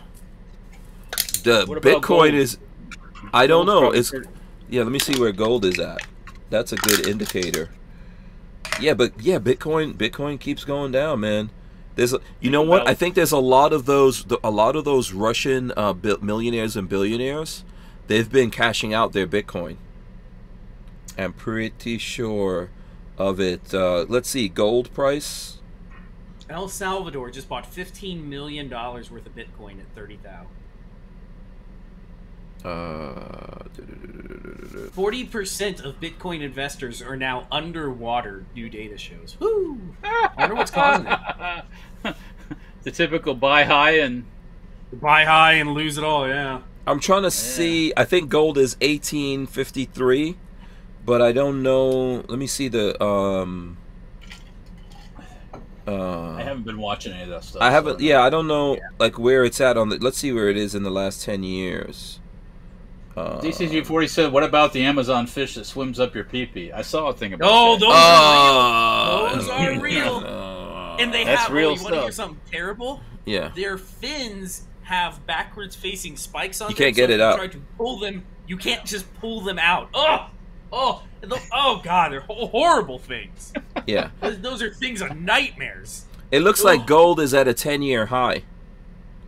Imagine that. Yeah. Yeah. Oh yeah, those PP fish. Yeah, those are horrible too. Yeah. Those things don't. No thanks. Yeah, you pee in the. If you pee in the river, it swims up your pee stream. And they find it. Yeah, it goes right up in you. You know, and then you can't get it out. You know. Oh man. And on that note, we'd like to say goodnight, folks. What? No, we're supposed to leave on a positive note, for crying out loud. I positively ain't going swimming in that river. I can tell you that right We're supposed to say something awesome and wonderful about the world. You know? Well, don't swim in the Amazon River. Don't go to the Amazon. There are diseases and piranhas. If you go swimming in the Amazon, put a condom on your pee-pee. Yeah, you need a net. You need a little net that slips over. And definitely don't pee in there. You can't pee in that river, yo. I wouldn't take a dump in that river, because if that's what's in the pee, imagine what will go up your butthole. Yeah, they come looking. Yeah. Some big old eel go right up your ass. Yeah, some kind of anaconda. So anyway, this is you guys. This is you guys' fault. This is not even me. I'm not even doing this. Can we just get back to the simple stuff and build the wall again? Come on. Yeah, is that what you got there? Yeah. It was such an easy time. Come on. Just build things were so much better. Ultra MAGA people. Yeah. We're going to take a quick break here. We're going to take a quick break. We'll be right back. We wouldn't be able to keep the Who Moved My Freedom podcast going without the support of manufacturers like Safety Harbor Firearms. SHF is a quintessential family-owned small business, totally representative of the American dream. Safety Harbor Firearms is a Florida-based manufacturer of the compact entry stock and the SHTF 50 upper for an AR-15 lower. Also, SHF happily delivers on your Sten gun parts needs. So don't forget to check out stenparts.com and safetyharborfirearms.com. All right. So listen, we are actually going to start to wrap this up here. What I'm going to do before the guys tell you guys where you can see them, support them, and all that, check out what they have going on. If you are in Arizona, the 2022 Overland Expo West is going to be in Flagstaff, Arizona, and it is the 20th to the 22nd of May. So if you want to come out there, Lola and I will be out there for that time. You can actually come and hang out with us. We'll be happy to see you all out there. So that's where we'll be. I'll still get some stuff going up here, and I'm trying in this time that I'm not here to at least get Mondays. Make sure I'm somewhere that can get Mondays. Last Monday it was really crazy. I was there. I was in a place ready to do it. There was no internet. So, but we got it. We got it this week, and I'll try to get more out to you guys. So we'll start with Babyface. Babyface, where can the folks find you, support you, etc.? YouTube.com/babyfaceP or on Instagram baby_faceph. The Galil is done. The Galil series is done, so we're moving on to a 1911. Okay, very cool. Walter, obviously you're doing a lot of stuff on Dirtfoot Racing, so people need to go over there and subscribe. How are you? Say it again. Walter is wilted? Walter. Yes. It's British. Hey, Walter. How you Bloody doing hell. Oh, what am I doing? What am I up to? Blimey, mate. Bloody hell. What am I up to? I don't know what I'm up to. I'm up to about 5:10 maybe on a good day. Okay. Working on stuff around the shop. If you want to check some of that out, I haven't posted too much on Safety Harbor Farms lately, but I got this shotgun here. I really need to go shoot. We'll do that here soon then. Food incoming. I think I'm getting cookies right at the end of the show. Look at that. Boom. There you go. Cookies. I think I'm going to, after we finish here, I'm going to give you some ice cream to put on these cookies. That'll be even better. Safety Harbor Firearms, Instagram, Facebook, and YouTube. Dirtfoot Racing. Did you see that video, that little short I did with the mini bike with the kukri on the front, on the forks? No, I didn't get a chance. No, I'm going to check that out. Check that out. I put a little intro music, some Aerosmith guitar intro. Yeah, cool, man. It's awesome. I found that, I'm looking, when they say add music, the stuff they throw at you is all this pop stuff, and I don't know who these people are. I really don't. So there's a search bar, and in the search bar I put Aero, and it came up Smith, and sure enough, there's Aerosmith. You should always search for Gunna. Always search for Gunna. Gunna? That's one of the rappers. I'll have to look next time. I listened. Yeah. I crossed all the genres listening to samples of music to put on my video. I like T-Pain. T-Pain dropped it. Not T. What am I saying? T-Pain. Pusha T dropped it out. Pusha T. Pusha T. I Yeah. saw all kinds of titles that I tried, but none of them really until I got that guitar intro. Yeah. Okay. Anyways, all right. Dirtfoot Racing on YouTube, Facebook, and Instagram, and Utreon, along with Safety Our Firearms also on Utreon too. And yeah. And then there's stenparts.com. Yeah. Absolutely. Oh, by the way, for What's people, up? stenparts.com just got in a shipment of PPS 43 receiver sections. Oh. So there's a whole bunch of plus we got Sten Mark II barrels, and we got Mark PPS 43 barrels. We got Mark 5 barrels. So step on up and buy some stuff. Yeah, very interesting. That's cool stuff that's I got coming to pay in. for this damn ticket. This is expensive shit. Yeah, listen. So paid for. I am gonna get stuff up on Hank Strange. Obviously, I'm getting this up and going out there. But if you guys want to see probably the latest stuff from us, it's gonna be on Stranger Palooza. So make sure you check that out as well. And or if you can't make it out there and there's something you're interested in, let us know. We will be back here. We're gonna, of course, keep pushing it here, doing what we do. You know, keeping the gun guys out there company. We don't want you to be lonely, but you know, rest assured, we're out here fighting, yo. We're fighting. That's actually what I was doing for the last week, training how to fight. All right. So that being said, I am going to run in the end. We're going to come back. Who's giving us words of wisdom here? I can't think of anything myself. Oh, it's Patrick. It's you, Patrick. It's you, Patrick. We'll be back here. You pointed. You used the pointy fingers. That's... Oh, hey, when you go out to that overland. Oh, hold on. Sorry. All right. Thanks for hanging out with us, guys. We'll be back here before you know it. Make sure you check out the other stuff. You might have missed something while we're gone. Okay, what was that, Walt? When you get out that overland thing, show us. You know, there's got to be a pretty awesome campground out there. People go out there. Oh, and yeah. camp. Yeah. Yeah, you know, let's see some of the party, man. Come on. Okay. Some party. Okay, That'd cool. Be campfire, some, you know, I want to see that. Absolutely, I'll do Patrick. that. If you've never done it before, you need to go sit down and read your Constitution and then read the Federalist Papers all the way through once. It will give you a much better understanding of how things are supposed to work. There you go. Well said. All right. Thank you guys so much. We'll see you next time we're back here with the show. Big thanks to Babyface P, of course, and Walter of Safety Harbor Firearms. Make sure you follow these guys and support them. Big thanks to everyone out there for dropping in. DCG44 says off-road teardrop, Hank. Okay, I'll have to look out and see. I know there's a couple of those. But we're out of here. We'll see you guys. Let me make sure I am pressing the buttons in the correct order. I'm going to do it now. Okay, and we're out.